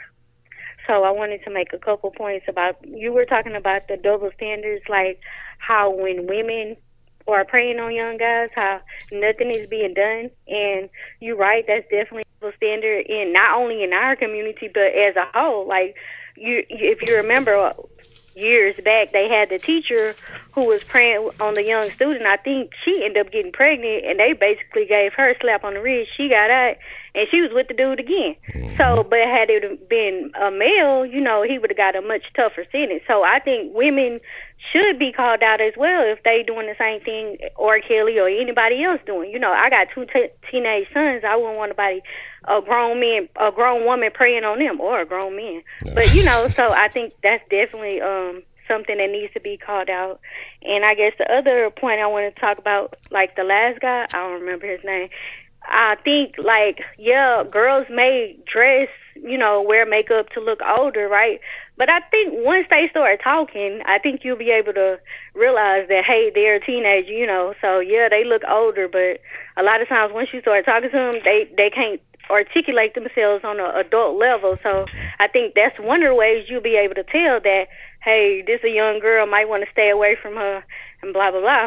And I guess the last point I want to make is, you said, can you separate the man from the music? And in R. Kelly's case, I don't think you can, because like he was making songs, like especially with the song starting off, my mind's telling me no, but my body's telling me yes. Like, was he talking about young girls? Like, I can't knowingly listen to that song anymore, or even a few more of his songs, when you know that he may have been talking about young girls. So that's all I wanted to say. Okay, man, Andre, appreciate you calling in. I hope you call in more, and thanks for watching the Den. I really appreciate it. Yeah, my husband Ernest told me to call in, so okay. That's why I called in tonight. Okay, cool. Right, I'm glad y'all watched it. That's a bet. Appreciate it. Okay, look, I hope they watched it as a couple. That's what's happening. That's good points. Good points both ways. That's what I'm talking about. That's what I'm talking about, man. Look. We own something, man. Shout out to Andre. Shout out to Ernest, man. But absolutely, man. That is an excellent point. An excellent point. And when she said about the conversation level, you can tell the immaturity in a conversation. Absolutely. And I mean, if that's not a red flag, then I don't know what else is. But then what you have is a lot of these dudes, it's a one-track mind. It's okay. I'm looking and all I'm seeing is, you know, the body or whatever else. And then they're not even thinking about it, because again, they walking themselves into a motherfucking situation, and then that's it. That's a wrap. You know what I mean? And again, so y'all got to learn, man. And I tell y'all all the time, like, it ain't always what's up, man. Sometimes you got to say, you know, I'm cool on that. And, you know, I had to learn, you know, myself. I want to say the hard way, but you know, yeah, like I say, y'all on some shenanigans. But like I say, you gotta learn, man. It's just like, hey, all action ain't good action, man. And sometimes you got to say, you know what? I'm cool on that one. You know what I'm saying? And that was a great point. And again, like I say, with the teacher too, what was her name? Because I want to say she's with the Hawaiian kid or something. They ended up getting married. I think they had some more kids or some shit like that. But excellent points. Excellent. Appreciate that call, Andre. And then, but like I was saying, you know, it's a fucked up thing, because again, and that's kind of like I say how I am now. Like I said, when I was younger, shit. But then I always trended up. I never really went down. You know what I'm saying? Like I say, I've always liked older women. I've always hung around older people. And I think that's part of the reason why. Why? Because like I say, young chicks don't have nothing the fuck I want to talk about. You know what I mean? And I'm a person, like I say, we got to have a little conversation for the situation. And if you ain't got no conversation, man, then I have no fucking interest. I have no interest. I'm not interested. I'm fucking saying all kind of off the wall shit. Yeah, got out of jail and moved away with the nigga. You know what I'm saying?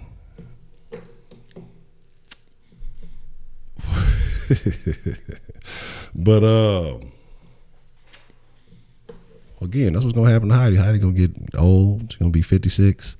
With a little chunky daughter. And she's gonna be out there attacking people, young men. She's gonna be an old cougar when it's said and done. But all bullshit to the side though, man. And like I say, it's a sad situation, man. And just where we're at in this society, like Ernest said earlier, with the society and within the community, man, it's a sickening. Somebody gonna marry a black midget. Yeah, she's gonna be old with the little dude I was talking about yesterday with the dating a 91-year-old. What kind of shit is that? I don't even want to think about it. That's disgusting. But what's the motherfucking deal? Who we got calling into the den this evening? It's Edmund again. Edmund, what would you like to drop at the den this evening, Edmund? So, like I was making my point, the call before that, you know, why are these artists always getting into some shit with, you know, young females? And, you know, I guess the follow-up question I was trying to get out was, you know, obviously it's the artist who has the main responsibility of avoiding, these kind of situations in which they get into. But what does it say about society that we continually, how do I say this? What does it say about society that we continually allow these young females to go out and meet these artists?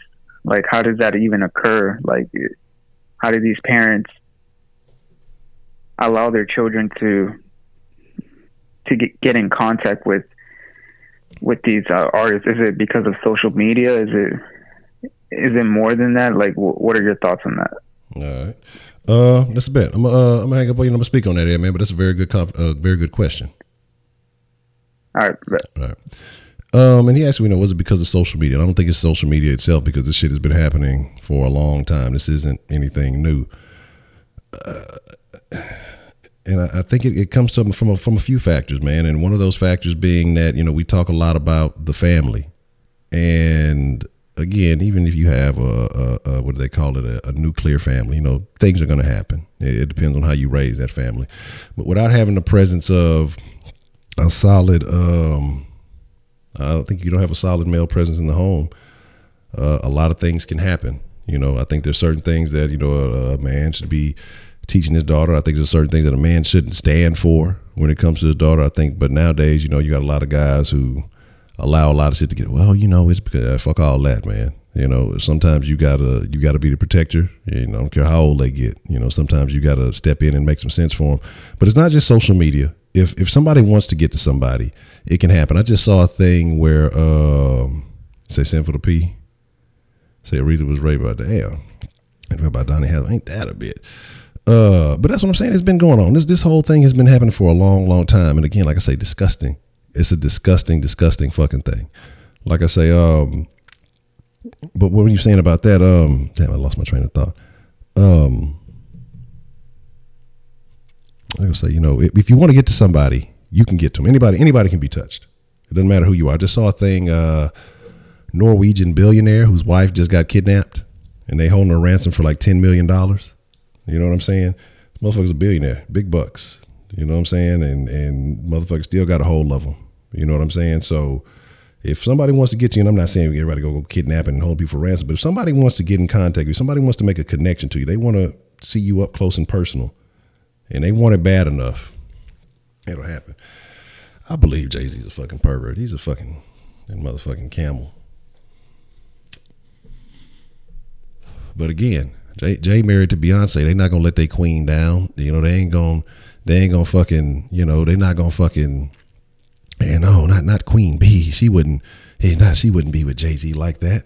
Well, man, come on. Ain't no nigga like the one I got all that shit that was shaking way back then, man. I don't put nothing past nobody. You know what I mean? Fucking, and y'all already know how I feel about Beyonce. I'm not the biggest, I'm not a Beyonce fan, period. I stopped fucking with both of them, really. I mean, I wasn't ever really like a big Jay-Z fan. He'll drop a little game here and there. I think, what was it?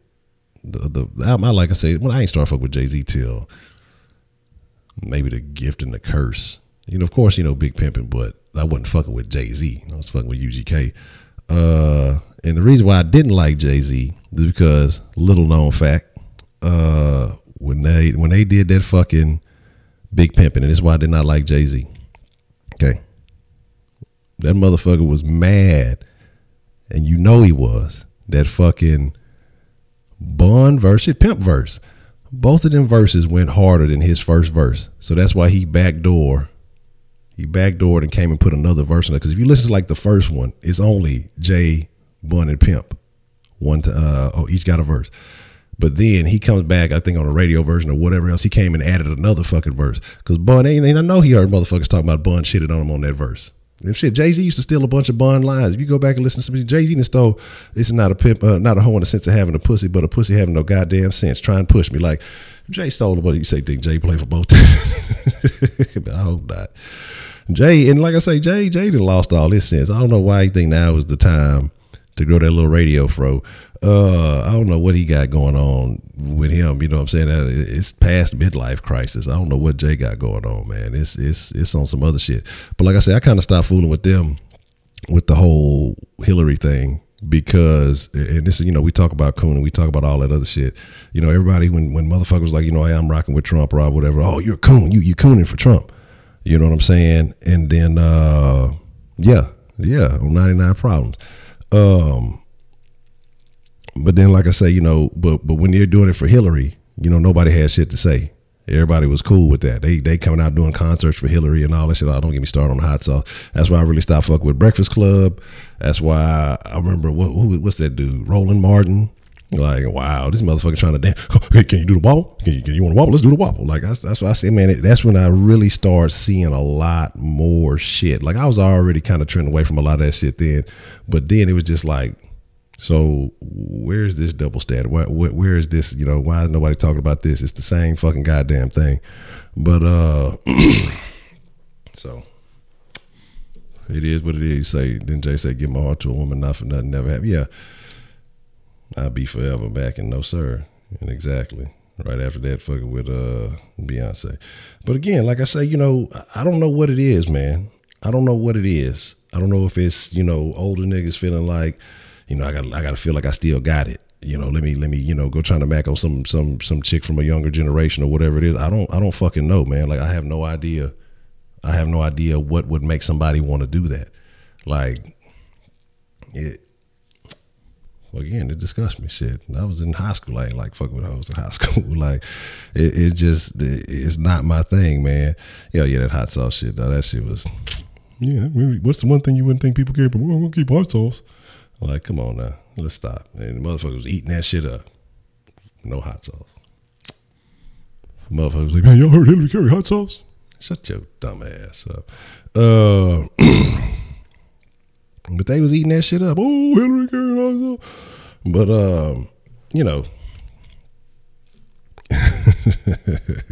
it's just a crazy situation, man. It's a crazy situation, and that's what I'm saying. But the fact that you had all these motherfuckers coming out throwing a whole concert for her ass and doing all that shit. Said, so how if I had a daughter, how do I protect her from going into a situation like this? Man, you're gonna have to be real observant. You start from young, teaching standards.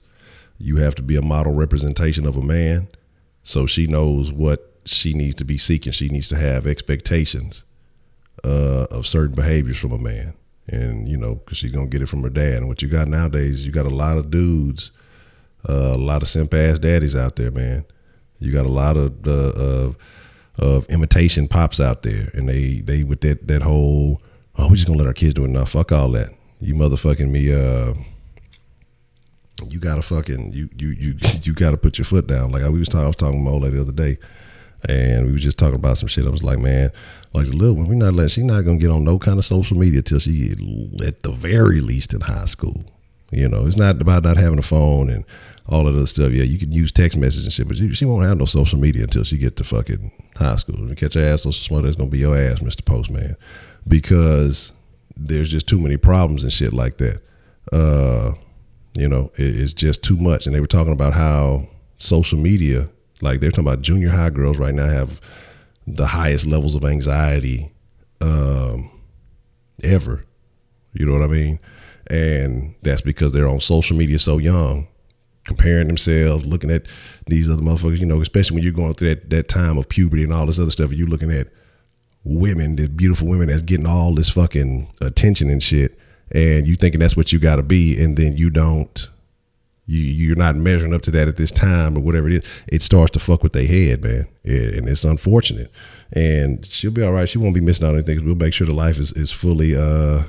She's full of activities and things to do, but it ain't gonna happen. I know. I'll be damned. You know what I'm saying? We already got stressed just for being in middle school, trying to figure life out, going through whatever changes shit, whether you're a boy, girl, whatever the fuck you is. But now when you start holding these fucking standards up here that you think that you're supposed to achieve, because people are grown-ups fucking tripping over the shit. So what do you think a fucking kid? That's a fucking kid. What do you think they gonna do, man? They don't know.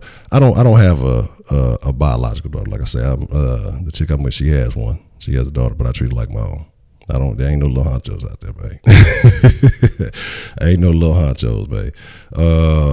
And again, like I said, that was the situation that it was tough for me to kind of get into, because You know, like I said, I don't got nothing. And for me, a woman with a child, she was off the table. But like I say, there were so many other factors that played into it. Because normally I'm like, man, hell no, not hell no, but fuck no. But there were so many other factors that played into it. And, you know, conversations we had before we ever really got that deep into it, you know, showed me a lot of things, showed me a lot about the character.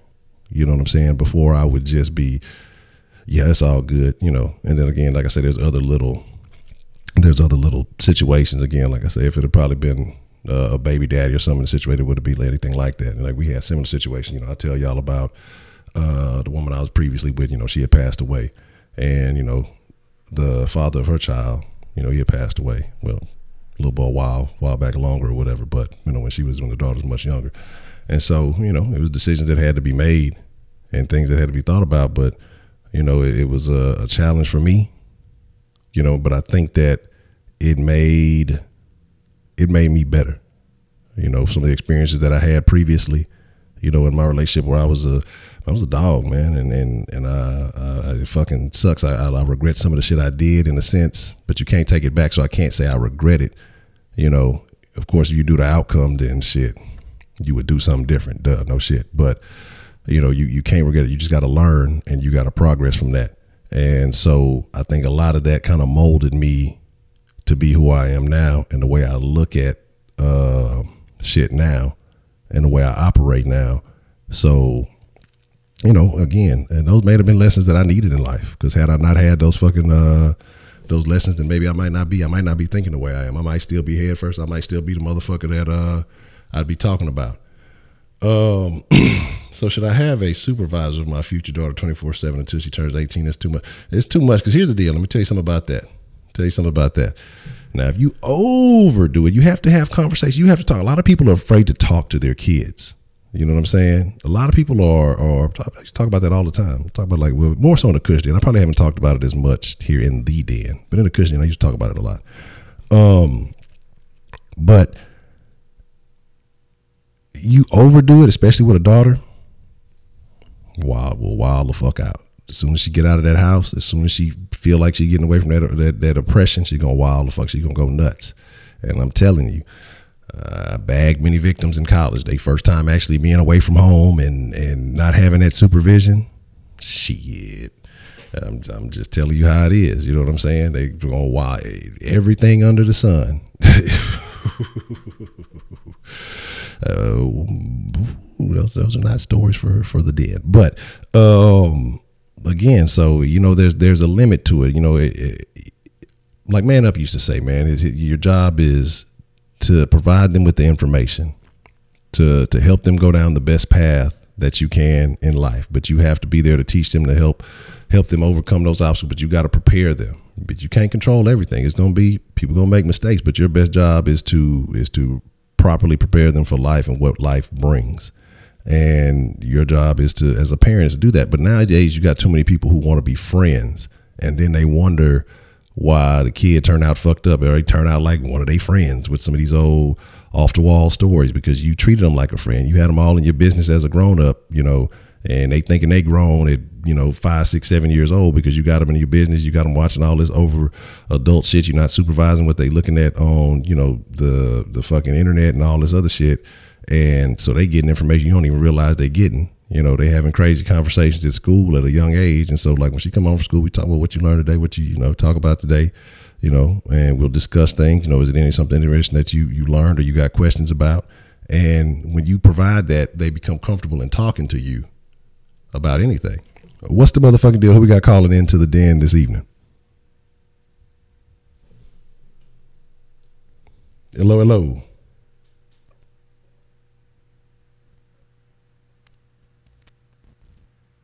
Hello? Oh, hello about that. As soon as you hit the button, my fault. Call back. I thought it was fucked up. As soon as you respond, I hit the hang up button. Let me see. So I said somebody else texted on the text line. But no, yeah, definitely don't over supervise your kids, because that they eventually will rebel. But you have conversations, you teach them. What's the motherfucking deal? We got calling into the den this evening. Hey, it's your boy Josh again, man. Josh, what's the motherfucking deal, man? What would you like to drop in the den tonight? All right, man. I heard what you were saying, man, but about the R. Kelly situation, man. I mean, I feel like it's two different ways, man. I feel like, yeah, it could be a situation where he need help, but then again, it's a situation where, you know, society ain't helping him. I mean, we out here encouraging man for years to do what he's been doing, and also we find out to little kids, man, can't have buyer's remorse when, you know, you see a problem and you don't really take it, really don't do anything about it. And to the other topic about taking advantage of, you know, girls that buck wild and go crazy and stuff, man. Remember my freshman year, about like 2-3 years ago, and like it was a situation where like we seen these girls was like drunk and stuff, and then it was just like, I guess it was just like walking into their room and stuff like that, and then like you seen like condoms everywhere, dog. So me and my partners, like, we already knew what time it was, but then we seen how they was drunk and stuff. We was just like, man, I can't do this, man. I might get caught up with a case and stuff, and it was like that. Then it's like, and then it was white girls too. So I was just like, man, let me go ahead and just move fuck around, just go for the next opportunity, because I don't want to get caught up in that stuff. So with some stuff, people just got to be smarter, and people just got to make, you know, better decisions for themselves. That's all I got to say about that, man. Already. Made a wise decision there, Josh. Appreciate the call, man. All right, man. All right. Yeah, man. And the thing is, and that's why I say I understand some of the things that women talk about and say, because I told y'all about a story where, you know, I went to a party. There was a bunch of little Kappas at the party, whatever, them little whack-ass canes and shit. And that used to get on my fucking nerves. And, you know, like I say, there was some bras at the party. I really wasn't tripping. It was me, a couple of my partners was there. I really wasn't checking for nothing. I was cool. And I went and sat on a couch or something. Think I had me a little drink. And these Kappas, they was like, they was about 6 deep. And, you know, they doing all this shit, I guess. They really wasn't getting no attention, I guess, like they thought it was. They must have been, you know, newly initiated or something. I don't fucking know. And so one of the chicks they was all halfway surrounded trying to talk to, you know, she basically left all them and came over there talking to me. Oh, yeah, I done seen you around, cat, whoop, whoop, whoop, all this other shit. So, you know, we chop it up, whatever. You know, it's all Gucci. So I'm like, fuck it. You know, let's shake. There's some other shit that happened in between. They're about to end up whooping one of them niggas. Say, man, this nigga over here trying to handcuff the hoe. Like, nigga, y'all was 6 deep on a bitch. Talking about I'm handcuffing the hoe, left y'all. Like, nigga, I was like, hey, what you say? Like, them hoes was scared. It's a whole nother story. Anyway, but then she had a roommate that was there, but we left, whatever. Roommate apparently was wasted. So like I said, we back up in the room. We just chopping it up. It wasn't nothing major or nothing like that. You know, we hear the roommate come in and she wasted. I mean, stumbling. And if it wasn't every last one of these 6 niggas with her, following behind her, you know what I'm saying, coming in, I had to run them niggas up out that hoe. Like, hey, my nigga, this shit ain't going down tonight. Like, y'all got to move around. Like, shit get me frustrated thinking about the shit. But it's just like, I'm not with that taking advantage of a motherfucker type shit. Like, if we go out and we may be drinking together, we both get a little saucy. Okay. You know, there's been times that's happened.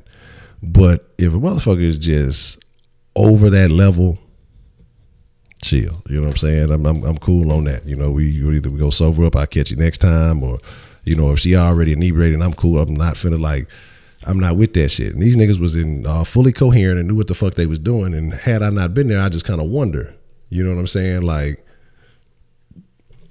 what would have really went down? And so I understand the call. I understand niggas, like I say, all pussy ain't good pussy, man. Like, you know, you got to chill sometimes. You know, sometimes you got to be like, okay, you know, it ain't that worth it to fucking, to get a nut. You know what I'm saying? And the shit is wild, man. You know what I'm saying? It's really wild. You got your pistachio. But man, like I say, you know, so you feel like go out and play ball after I hear Believe I Can Fly. Say, do we feel sleazy after listening to R. Kelly song? I'm gonna be real with you, man. I haven't listened to an R. Kelly song since all these accusations have been coming out. But I don't think I feel any particular kind of way. And that's why I was asking the question about separating the man from me. But then, like I think Andrea called and said, you know, what's the song? The fucking, you know, mine's telling me no, but mighty telling me yeah. that line for years, even before the pen, even before this, is just like, what the fuck was this nigga talking about? I mean, if you knew the whole, kind of Aaliyah situation as it was going on back then, you just like, hold on. Something off with this nigga R. Kelly, man. Because if it's a grown woman, then you ain't even really thinking that. Hey, it is what it is. It seems like you're ready. You know what I'm saying? Like, what? Let me check some ID. Show me some ID before I get knee deep into you. I don't see nothing wrong. Like, this shit has been in our faces forever. We just didn't believe, you just thought, well, it's very odd that he says this. But the action that was going on behind all of the shit. He ain't even take his own goddamn advice. Can't trust this nigga R. Kelly. Oh, man. And the more, like I said, just thinking about it randomly. I ain't even think about it till just now. It's bad. I mean, I guess you do kind of feel sleazy. You listen to some of this shit. I mean, but like I said, I haven't really listened to it. We think more about the Ignition and the worst song ever, Thoya Thoya. I hated that goddamn song. You think about just some of the, I wouldn't say more modern, but I mean, you just think of all the other shit. It's just like, man, it's a bad deal, man. See, I watched the first episode of Boondock. There's an episode of Boondock Saints. I've seen the movie. I ain't never seen the episode. Oh, see, somebody called me out. I ain't even see the fight. Who was plexing, man? Who was trying to plex, man? Who next with the plex? The mark. Okay. I should have known. Man. You talking about just the Boondocks? It was just the Boondocks. But yeah, like even the Boondocks. I mean, the Boondocks tell you. I mean, yeah, the Boondocks told you, man. We knew, but the Boondocks. The thing that was great about the Boondocks is because they were so on point with the social commentary. You know what I mean? And what I'm saying about that is they talked about, remember, like they had the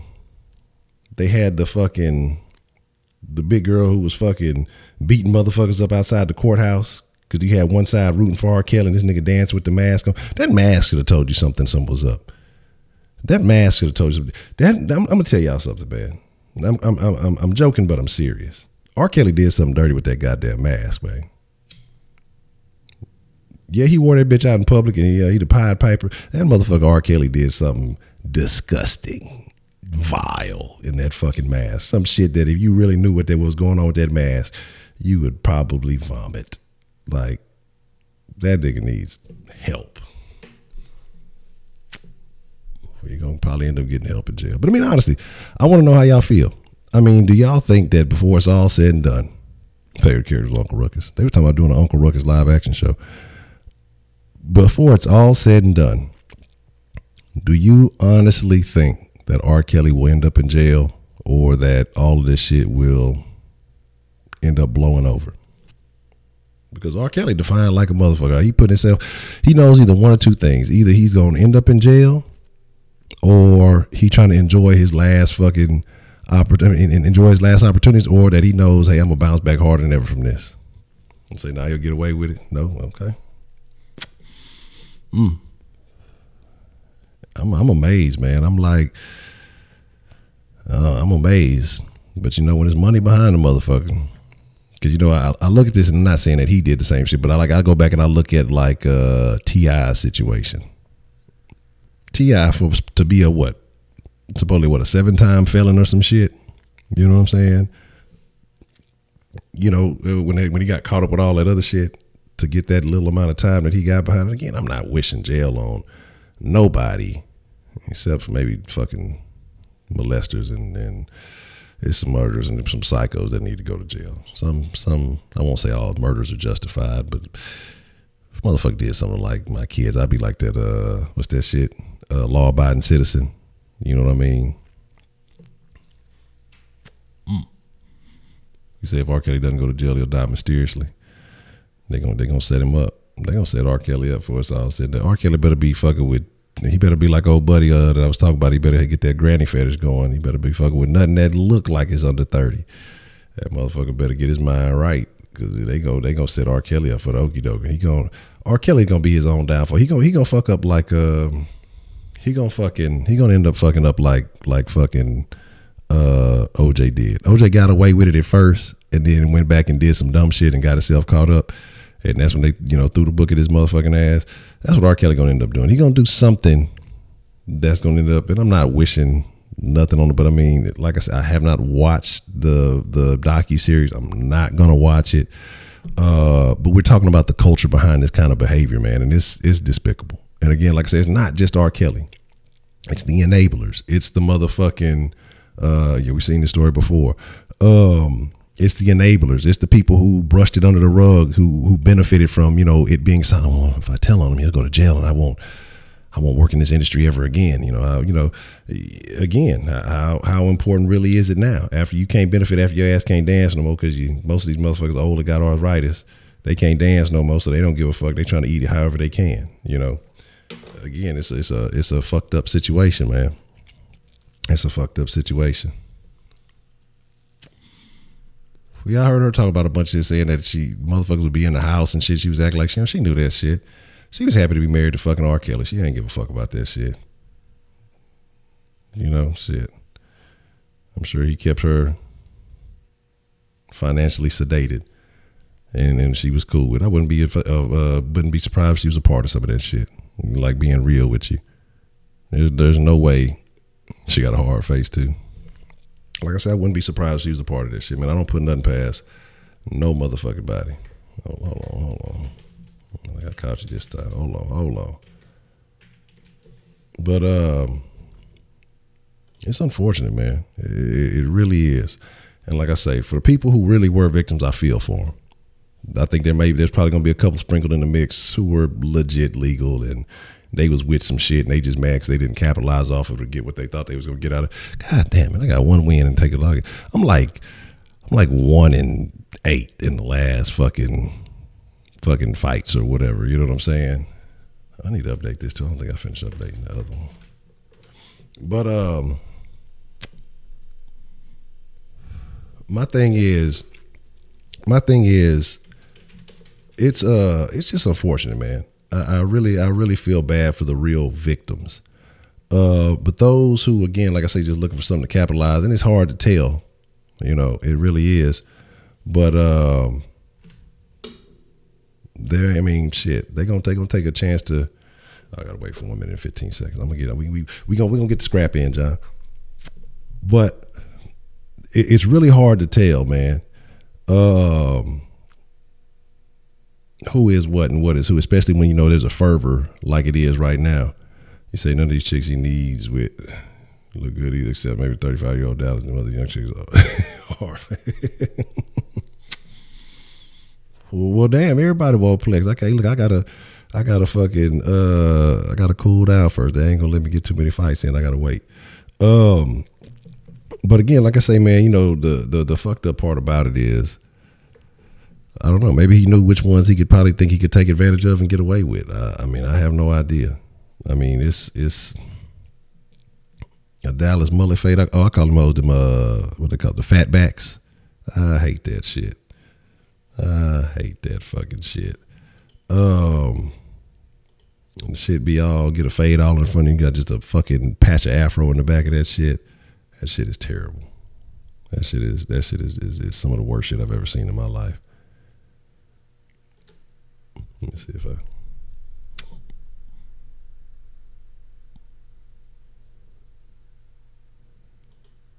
let me get my challenge in. Let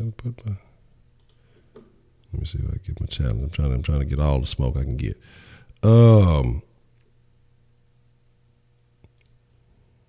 me get my fight on. He said I was good to go. Now I don't let me get my scrap on. But again, man, like I say, it's a fucked up situation. I feel for everybody involved. I don't necessarily feel for R. Kelly, but we when you really go back, you look at the lyrics, he laid it all out there. All that music might have been a cry for fucking help, man. You know what I'm saying? It might have been a cry for help. Why ain't let me get my fight on, man?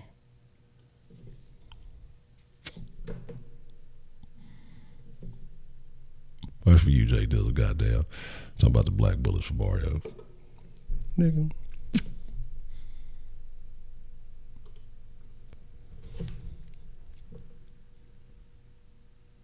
Yeah, I heard about that too. I heard some shit about the daughter. Yeah, that's the thing too. Like when it gets to that point, when your close ones and your loved ones start doing all that shit, you know, how big of a deal is it? Is that really saying something? You know, or is she caught up in the social media hype? Or does she? What does she really know? But they said that she was estranged already anyway. You know, I mean, I think it's a lot of things. Again, like I say, when everything was good, you know, he talked about how he broke and, you know, all these other things now. You know, is it kicking him while he's down? I mean, again, not making excuses for him, but like I say, the timing of things is what I always question. I always, why now? If you knew that these things had happened for so long, say the feds want to get a group everyone involved with R. Kelly and get them all at once. So they need to. Everybody needs to go down, man. South Oklahoma, yes. Yes. Okay, see, look now. I mean, because it basically was, he probably wrote that shit, you know, and probably, you know, saying that shit and was probably hoping somebody say, man, Kel, you want to talk about something, man? And motherfuckers was like, man, that shit, that jam, man, let's put that out. And fuck it, you know, then that shit became a fucking hit. That's the crazy shit about it. What's the motherfucking deal? Who we got called into the den this evening?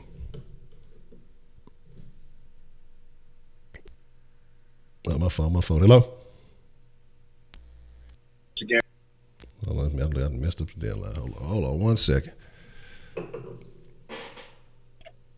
right, there you go. Can you hear me? Hold on. So there you go. We should be good. It's Ernest? Damn, what I done to the deadline, man? Hold on. Give me 1 second. I didn't. All right, there we go. Okay, there we go. All right. All right. You hear me now? Hold on. I didn't had it. I think you should be good. Hold on, give me 1 second. I done broke this bit. All right, that's the problem. Hold on. There we go.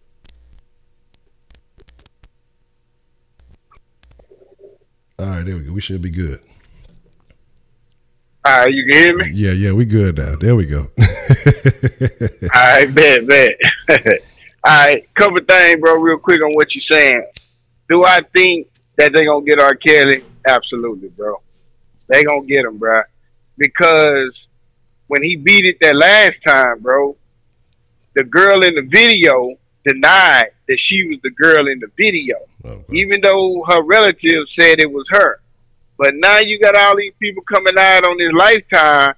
You best believe the DA, boy, man, they licking their chops. Like, we're going to have all y'all understand. You know what I'm saying? And so that's why I think they're going to get him, bro. And another thing, man, the money R. Kelly got, bro, ain't got nothing on what the feds got. You know what I'm saying? Because it reminds me of this one story, bro. You remember when Irv Gotti them went through their little ordeal back in the days? Yeah. Murder Inc. Yeah.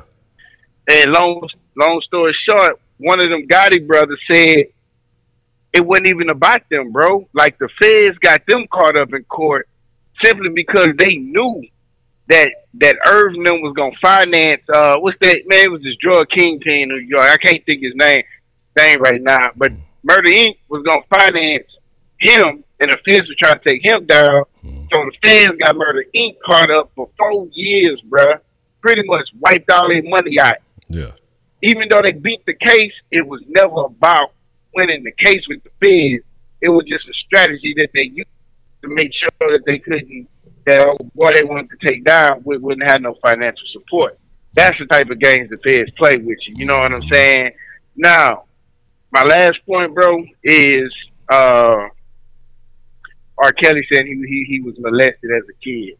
Look, man, I personally, it ain't just R. Kelly, it's with anybody, bro. I understand people perpetuate cycles like that, but that ain't no excuse. And I'm going to tell you why, bro. That's like a dude growing up without a father saying, oh, well, I ain't going to be there for my kids because my daddy wasn't there. That just don't make sense. You know, at some point you got to break the cycle. Like, man, what my sister did to me was wrong. I'm gonna make sure I never do this to to another kid. So they can miss me with all that, bro. Because I've been hearing that a lot. Oh, he was molested, and why didn't he break the cycle? But anyway, Honcho, that's what I got, bro. Already, Ernest, man. Appreciate the call, man. All right. Already. Like I said, man, I gotta look. I gotta figure out because I done tried all kind of shit with this damn Denline, so I still be having to do it the damn jank. I got all kind of wires, and I done tried all kind of setups. I'm starting to think. I'm trying to figure out if it actually is the damn the mixer itself. But I don't know. I wouldn't see why, because it's a bunch of weird shit that I ain't finna go into detail with that. But man, I appreciate the call. But yeah, absolutely, man. Eventually, you got to break the cycle. Eventually, you got to say, okay, enough is enough. It has to be a point where you say, okay, I remember how I felt. But again, we look at it differently with men and women, But even then, you got to look at how you felt or whatever it may have been, and said, all right, I'm cool on that. I'm cool on that. I'm not finna do that shit. I'm not finna make someone. You have to realize when you're in a predatory mode. When you going, if you like they said, he was stalking high schools and shit. If you realizing you hanging out somewhere that you normally you wouldn't be welcomed into, that you shouldn't be, a place that you can't just go, and you preying on innocent young victims, you got to realize you doing something foul. Now, there's another thing I think about when it comes to R. Kelly. He was older when he flipped the script and started going into that R&B thug shit. You know what I'm saying? When he started, it's the R&B thug. Like, nigga, you 40 something now. Ain't you? Like, how are you the R&B thug now? Like, you too old for that shit. You know what I'm saying? Like, is it because of is he just young minded? Is it an immature mind state that this guy has? I mean, because he says a bunch of stuff, and it's been time and time again, and I wonder about his mentality, that he said things that make you like, wait, what? Like I say, I told you, if y'all find that interview, like I say, I ain't gonna get all the way into it, but he was talking about his mama and the coffee and the way he used to handle the coffee from his mama. You think about that interview where he talked about when they asked him, about him and teenager. Well, what do you mean by a teenager? A lot of questions, and the way he answered them and responded to things is so very fucking peculiar. You wonder, like, what's up with this dude's mind, man? What's up with this dude's mentality? Like, is there something else there? But then again, you still know when you ain't supposed to be doing some shit. When you done got caught up in that last situation, and I'm sure it kept going from there. And again, excuse me, you gotta understand about egos and power trips, and the fact that he beat that first fucking case. He might have felt like shit. He was untouchable. I mean, you ever know a motherfucker who done some dirt, and they did that shit, and they beat that fucking case, so they get away with the shit. They feel untouchable. That rush, same thing if you've done dirt, you done some type of crime or something, and you get away with it. I'm not saying that you have, but when people get away with it, they feel untouchable. They do it again and again and again, over and over. They feel like, ain't nothing finna happen to me. If I beat that situation once, I can beat it again. And then, eventually, wow, snap. The fucking trap get closed on your ass, and then you stuck, You said people experience trauma, or you sometimes have a hard time returning from that state of mind. Yeah, you get it right, man. Trust me. And that's actually a good topic that you on right there. A good thing that you said about getting a rush from cheating and shit. Like I said, we're gonna have some real interesting dance before the week is up. We got a couple of things we got to discuss, man. Yeah, and that's what it is. It really is. Because let's be honest, if you've ever, committed some type of infidelity or something, you really don't feel validated after it's all over with. You more want to go back to your old lady, than anything. And some people say, relationships cheating makes relationships stronger, because that's not it. You feel like shit after you did it, but it's again, like you said, that thrill of the hunt, man. And you did it, you get it, you hit it, you quit it, and you just like, oh, okay, I still got it, or I'm still me. It's that stroking of your own ego, and so it's unfortunate, man. But that's you feel like shit afterwards. Like, you know, you don't feel good after that shit. You like, what the fuck I just did? Why I did that? So you know he was wrong for doing it. But it's like it's ego driven right up until the point where you engage in the act, and then once you get started, you know, you're a fucking man, you're gonna get it. But as soon as that shit is over with, you're just like, man, fuck. Why? What was the point of this? What was the purpose of me doing that shit? You know, and that don't even stop you half the time. You may be cool for a little while, but then you don't get caught, you're gonna end up doing the shit fucking again. Or if it depends on the proximity of the woman you fucking with, you know, you may engage in the behavior more frequently, but it ain't about her. It ain't about none of that shit. It's just, it's some other shit, man. It's a wild, it's a foul deal. And like I said, I tell you, man, it was just, I've been a dog, man. And not something I look back and say I'm proud of now, but trust me, I done some old devious shit. And you'll be surprised, man. You'll be surprised. This is why I say I don't push shit past people. Nobody, not women, not men, nobody. Because like I said, there's been situations, motherfuckers will play like your old lady best buddy and be trying to get at you. It ain't just dudes, you know, motherfuckers be like, you know, ladies be like, oh, well, you know, your homeboy, he be low-key trying to get at me or this, and this. Man, females do the same goddamn shit. If females see you in a happy fucking relationship, yeah, Baker, man, you know, this is an important topic. This is a very important discussion. And, you know, because like I say, females be just as fine. They see you in a happy relationship. They see they homegirl, you know, she got something good and you treating her good, you doing right by her, whatever, man, they want that. They want that shit. You know, they wanna be in her shoes, man. And look, you know, like I say, we'll say this conversation. We're gonna have this conversation. What's today? Thursday? Yeah, we gonna be good on conversations for the yeah, we're gonna be good on conversations for the rest of the week, because I got a couple of little topics in mind that we're gonna be discussing. Yeah, we definitely go get on, man. We definitely go get on. Well, yeah, you're right. Technically, it is Friday. Damn, yes, it's 12 now. Well, yeah, we actually have stayed on topic. I'm proud of us. We ain't ventured too far off. Usually we go fucking far left, and then fucking who knows what the fucking conversation be. We usually be just somewhere else in the atmosphere and shit. But we stayed within the region tonight. But I think we've covered the topic pretty good, man. I think we've looked at it from a lot of directions, and I think we had some very good calls. And like I said, I always appreciate y'all, you know, friends of the den. Y'all always have good takes. Like I say, it's not just about me talking at y'all, man. I love to hear what y'all say, because a lot of these things, like I said, I'm still growing. Life is a perpetual journey. And so, you know, sometimes hearing what y'all think and some of the things y'all say, it alters the way I think, or sometimes it brings up thoughts in my mind that, you know, help me kind of focus on certain shit better. Now, I ain't doing no R. Kelly shit, but, but, you know, it's just about life, you know, and having good discussions about what's going on in this world. And it's cool. And already, John, you know what I'm saying? Anytime, man, you're always welcome. Absolutely, man. Anytime I got time, you know, I'm fucking with it. I fuck with J&J. I love that shit. Like I said, I like what y'all got going, man. That's dope shit. But I appreciate you coming through.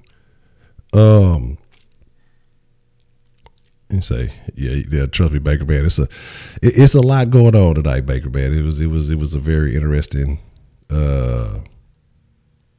It's a very interesting thing.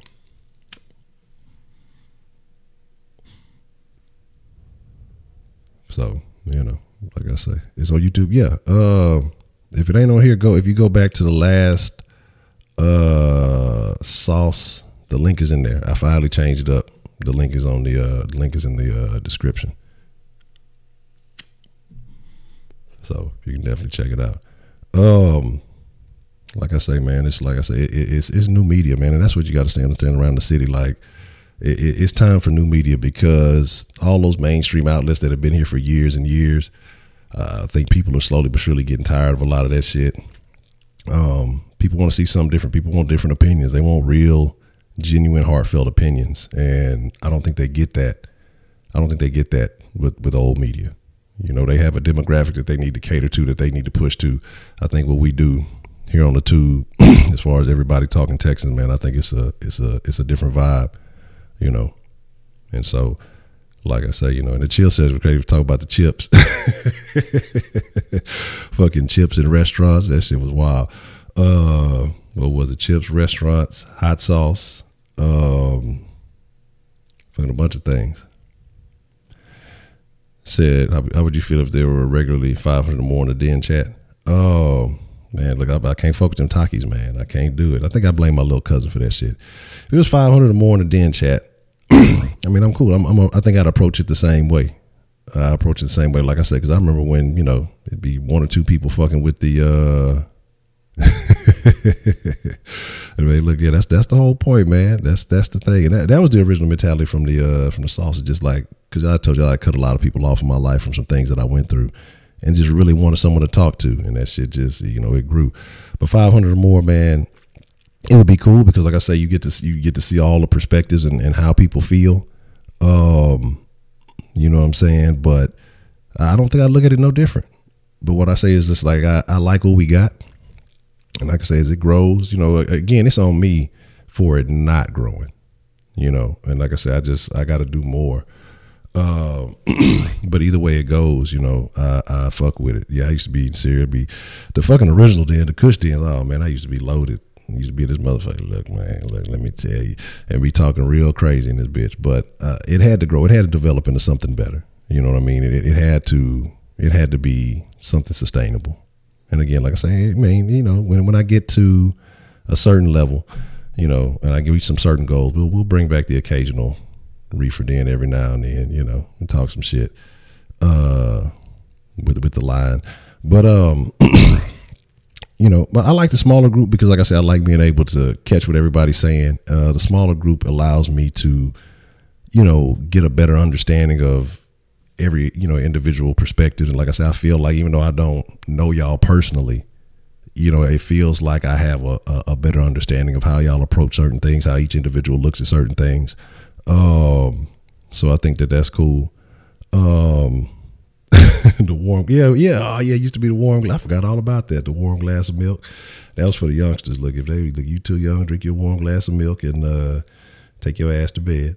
But again, like I say, you know, if it grows, and not if, when it grows, you got to speak things into existence.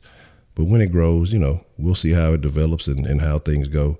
But I love this core that we have here because, like I say, it's just good content. It's good conversation. And it's like I said, I just appreciate y'all, man, because like I say, you know, I say it in the sauce and I don't say it enough in the den that time is the one asset that you can never get back. You know, you can get all the money in the world, lose it, bounce back. You know, you can get all the clothes in the world, lose them, bounce back, cars, females, bras, whatever you want to call them. You can get all that stuff and you can bounce back. But time and the fact that y'all, the time stuff, I ain't got that, bitch. I wish I did. But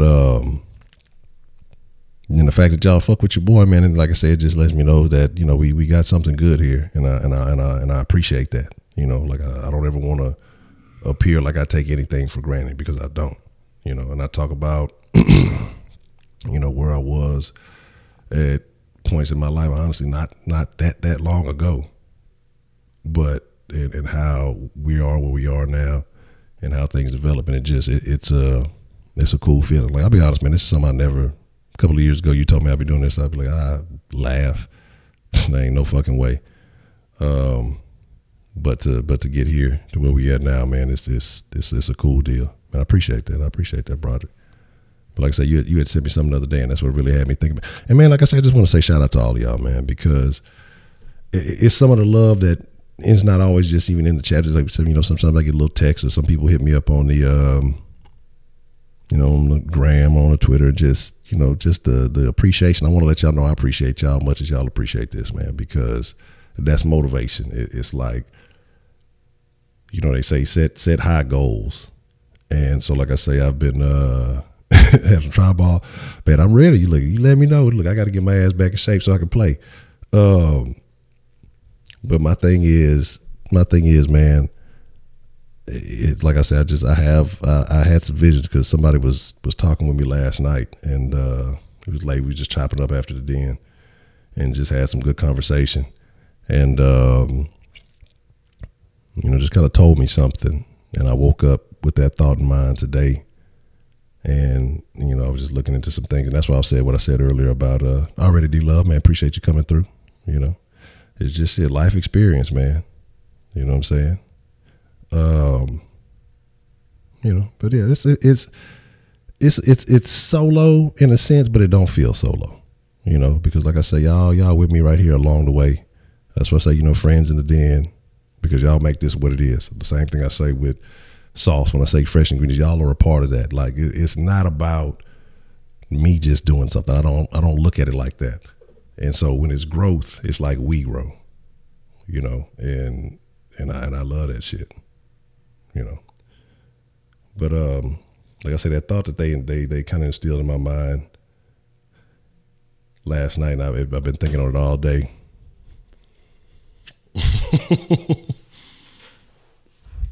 Man, the John Gray thing is interesting too, because like I said, it's gonna be a couple of interesting topics for us all said and done. Man, I appreciate that CMC, man. And he's talking about trying to make tribal thing, but it's gonna be a thing. I'm with it. But I got you too, Broderick. You a good man. You all right.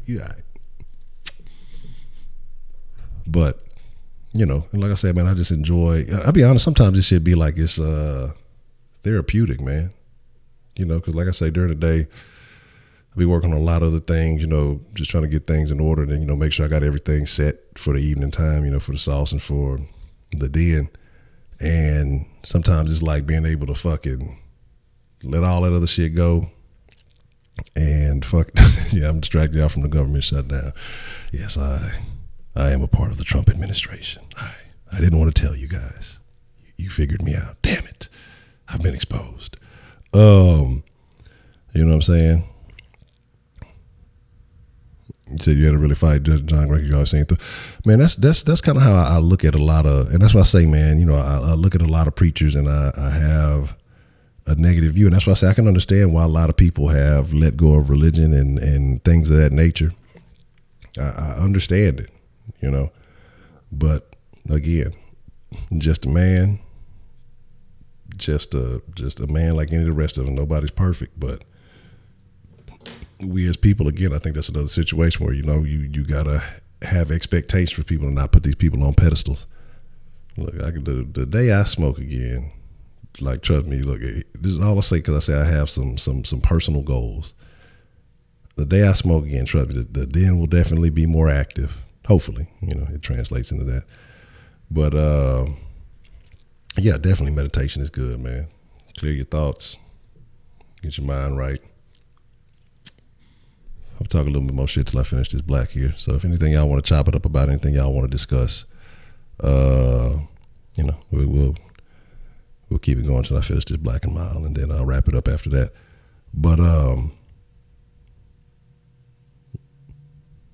what? It's just a trick question. It's two. It's just like, you got men, you got women. Anybody want to tell you that's cool.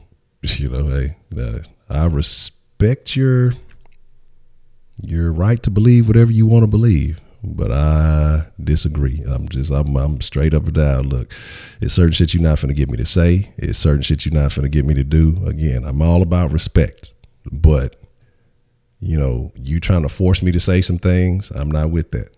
Yeah, you may feel a particular kind of way. Hey, look, I respect your right to do it. I'm just not the one to sign up for it. You know what I'm saying? It's cool. It's a ma'am. It's clearly a ma'am. That shit is so fucking funny to me. That shit is hilarious. Well, man, did y'all see the video? Oh, man, what? Fucking jet airplanes. You said, I think the den is growing and improved when you gave up the weed. I don't know if bring it back. Here's my deal. Here's my deal with that. Like I say, if I did bring it back, it would probably be an occasional thing. It wouldn't be a nightly thing. When I do smoke again. I mean, it's gonna be it's not gonna be a daily thing. It'll be just occasional. You know what I'm saying? Yeah. And I really wasn't even finna fuck with these. It was just, like I said, I was having a little bit of a stressful day earlier, so I said, fuck it. Grab me a couple of blacks, but they are terrible. They're awful. They're the fucking worst. Y'all digging the Johnny for a big reason. You may want to research him and listen to some of his sermons. Okay. All right. Because I've seen him around a lot. I've seen a lot of people talking about him. Is he one of those like prosperity preachers? I still got to watch that JLP stuff he was telling me about.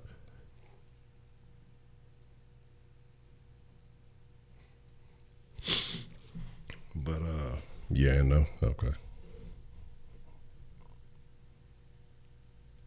I'll take a look at it. I mean, I'll definitely do some research. I remember like when I really started looking at stuff differently when it came to preachers. Who was it? Kearney Thomas. You see that motherfucker riding around town in a Bentley on 24s. You know what I'm saying? That shit there used to be interesting. She was shocked about that story. No, I'm not. There's no. You know, people can have addictive personalities, but I don't think you get addicted to weed. You know, when you stop, you may be. It depends on how heavily you fucking partake. You may be a little bit more irritating and shit. But if you just, I don't think there's not an addiction to weed. It's like, honestly, I don't even think about the shit. I really don't. I know in the future I've said, you know, like I said, I set myself a goal. I enjoy it because I don't really drink like that. But yeah, I've meditated before though too. I saw somebody ask about meditation. Being a virgin till 35, that's a tough one, man. You think the cheating thing could all be a scam? Interesting. So I ain't even made 35 yet. I ain't too far from it, but I don't know, player.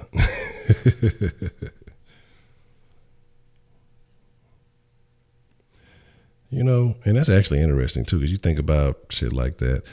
You know, I think about I don't know why this made me think about it. It has nothing to do with it, but had actual hot food from Chili's. When I was young, other old lady, she used to work at Chili's. And it would always be warm. I don't think I've had just hot food. I think even eating in a restaurant, I can't say it's been like, they just throw that shit in, like they got some old high-powered ovens and shit.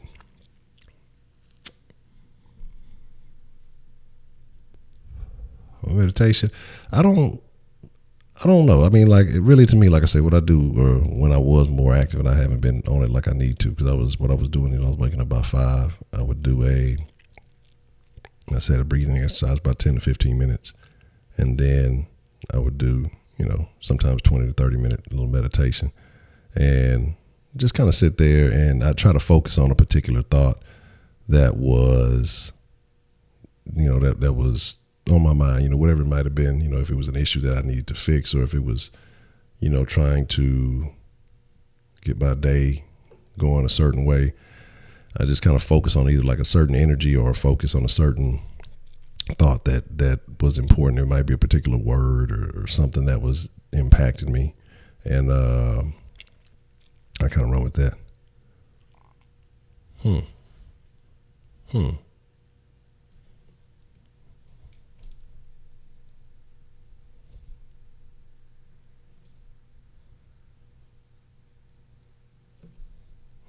Interesting. Yeah.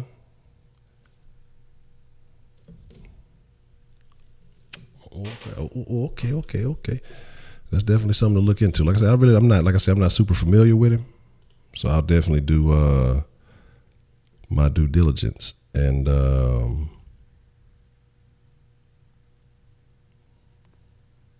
the fuck, it ain't doing my thing. So it don't want to let me fight back. Then just trying to let me get beat up, man. It don't want to let me oh,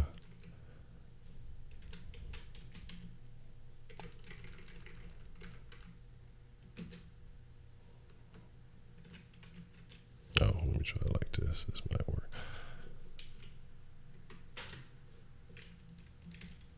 There we go.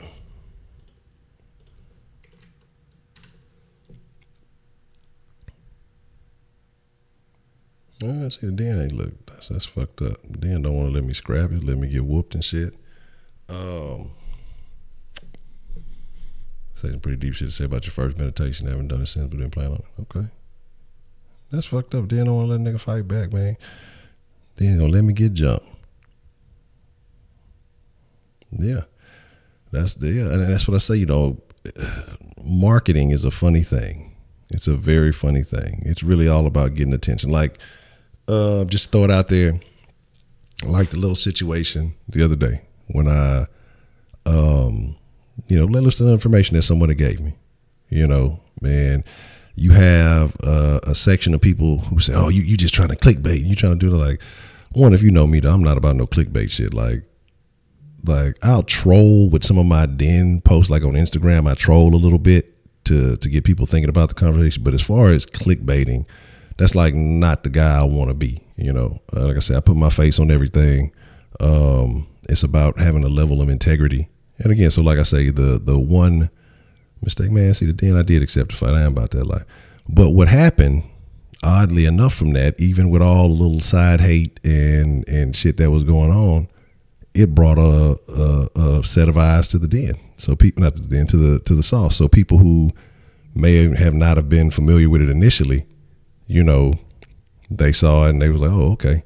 Well, what's going on over here? Oh, it's a guy that he's talking about the Texans over here and all that other shit." And so they start kind of coming forth and fucking with it. You know what I'm saying? See, yeah, I don't want to be that guy. You know what I'm saying? I'm not a hot take guy. I'm not a like I say, I'm a conversation, a fan talking to fans. I don't ever claim to be no expert. I don't claim to be no insider. Again, like I say, someone that I deem very credible passed along some information to me. If it didn't come to fruition, there was never a point where I said, this is a guaranteed fact. And most of you said this, you said that. And I said, I owned up to that.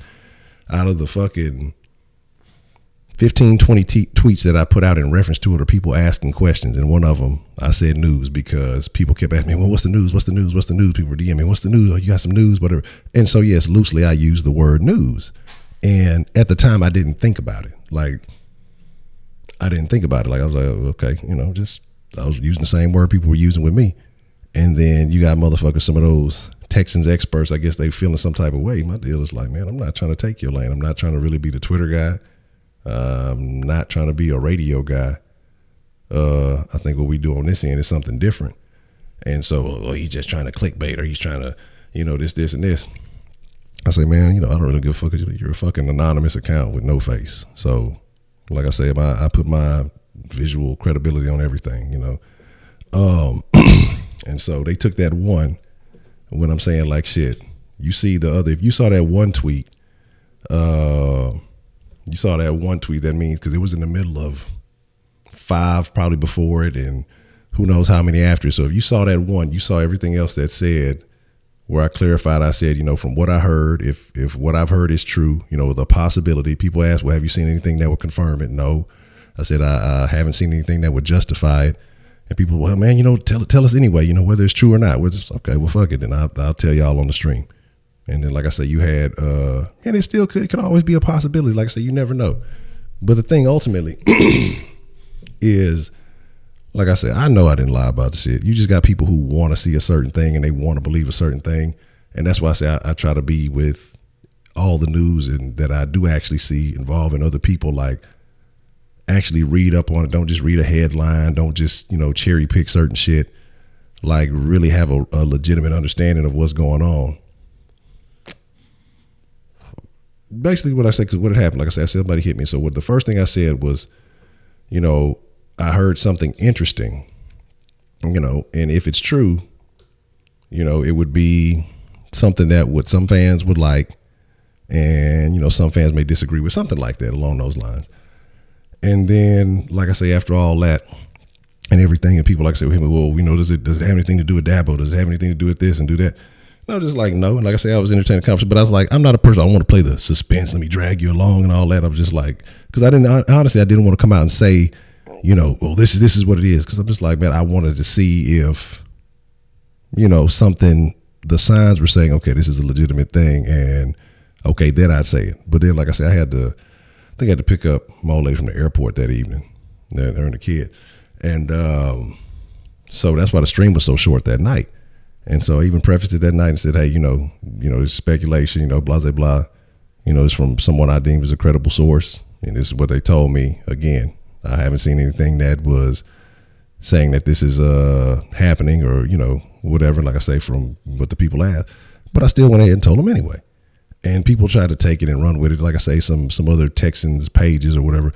Oh, this is 1,000,000% false. And, you're clickbaiting and, all this other stuff. Like, the funny thing about it is, like, the fact that you said nothing up until that time and you waited. So obviously you watched the stream, you didn't interact doing this other stuff. So it just shows you how people kind of will hover around, things you're doing, watching to see. And then, look for a chance to dismiss you or discredit you. And again, like I say, people who hating on it, they wasn't fucking with it anyway. No matter what I would have said, even if I was right, they wouldn't have deemed it credible or wouldn't have mentioned or anything. No, it was a thing talking about the Harbaugh situation. When I was talking about that, there's rumors that the Texans could be aggressively in pursuit of Harbaugh. And I told people that, it's a multi-layered thing. I mean, because shit, it could be, you say you reach out to the man, he's not interested. Okay, well, it falls through. It could be a situation where, because I also said that, B.O.B., what I was told that he had a meeting and basically he'd have to, legitimize the reason for keeping his job. And so what happens if he goes into that meeting and he gave him a legitimate reason? He convinced Cal to keep his job. I mean, that could have happened. And so all I'm saying is, like I said, you had people who try to take, oh, you dude did Harbaugh, it's just fucking false. And, again, if it happens, cool. If it doesn't happen, cool. Like I say, it's not really altering how I feel about anything. You know what I mean? And so, but the funny thing about that is we had that conversation, short little 20-minute video that evening. Then the next day on 610, and then I believe the day after, the conversation comes up about entertaining John Harbaugh replacing Bill O'Brien. And so I'm like, well, where did that come from? Now this conversation's happening on 610. They weren't talking about this before. I don't care about, like, here's my deal. Like, it's what you got to understand. And then I'll get ready to wrap it up here shortly. But it's the internet, man. I tell y'all, I used to tell y'all, Space say it all the time to Denton. When you done been through real shit in your life, like real shit in your life, and just leave it at that, man, when people sit here and talk about on the internet, especially if they're not putting a face on it, especially if they're not putting something behind it, you again just running their mouth, the shit that they would never say to you in your fucking face. That shit don't bother me, man. Like, the best way, man, I would say either the South Line is so crowded. Just probably, I won't even say South Sports email because I don't even check that. I don't even check that too much, man. What is the best way? Just probably hit me on the gram. I check that quite often. Just on the I don't know if you have Instagram, but the South Sports HTX. Oh yeah, you could DM me on Twitter. I'll check it on Twitter. So it's South Sports HTX on either one of those, or actually you can hit me on the Ed Honcho HTX on either one of those, and I'll check it. So that's definitely probably the easiest way to get in touch with me, because I'll be bad about phone message. The Denline gets a bunch of random stuff. I check it from time to time when I'm not. Yeah, up it on here. There you go. Yeah, with a O instead of A. That's the best way to get me. And so like I say, man, all that shit, I was like, all right, cool. I'll be looking forward to it. But like I say, you didn't be, like I say, in real shit, like life altering things, words and all that frivolous shit, it don't mean nothing. Put some action behind it, and then let's have a real conversation. But when people just spouting shit off on the internet, man, I understand how the internet works. That shit, I don't let that shit get to me. I don't take that shit personal. You know what I mean? A lot of times you be motherfuckers who be angry in their own life and they want you to feel upset like they feel upset. And so they trying to bring you down to that level. It ain't gonna work like that. So, but here's the deal, man. I appreciate y'all. I know I've been taking up a lot of y'all time, and I appreciate y'all fucking with your boy. Shout out to everybody again. John, welcome, man. Always welcome in the den. I'm glad you came through. Everybody, time for me to take my old ass to bed. But we'll be back at it tomorrow. Y'all already know. Den at 10. Tell a friend, and Links in the description below, man. Hit that Den Facebook group if you fuck with Facebook. If you don't, well, I don't blame you. I barely fuck with it myself. Say a marathon Den Friday. We might put some work in the den. We might put in some work. I might have to get a mixer crew a little bit of something, but we might put some work in the den. We're gonna have a couple of good topics, so we'll see what's shaking. But I appreciate y'all, man. Again, thank y'all. Kenneth ain't here, so I'm gonna politely escort y'all out the den. Y'all ain't gotta go home. Y'all should already be at home. Take y'all ass to bed. Again, thank y'all for coming through. It's your boy at Honcho, and I'm out.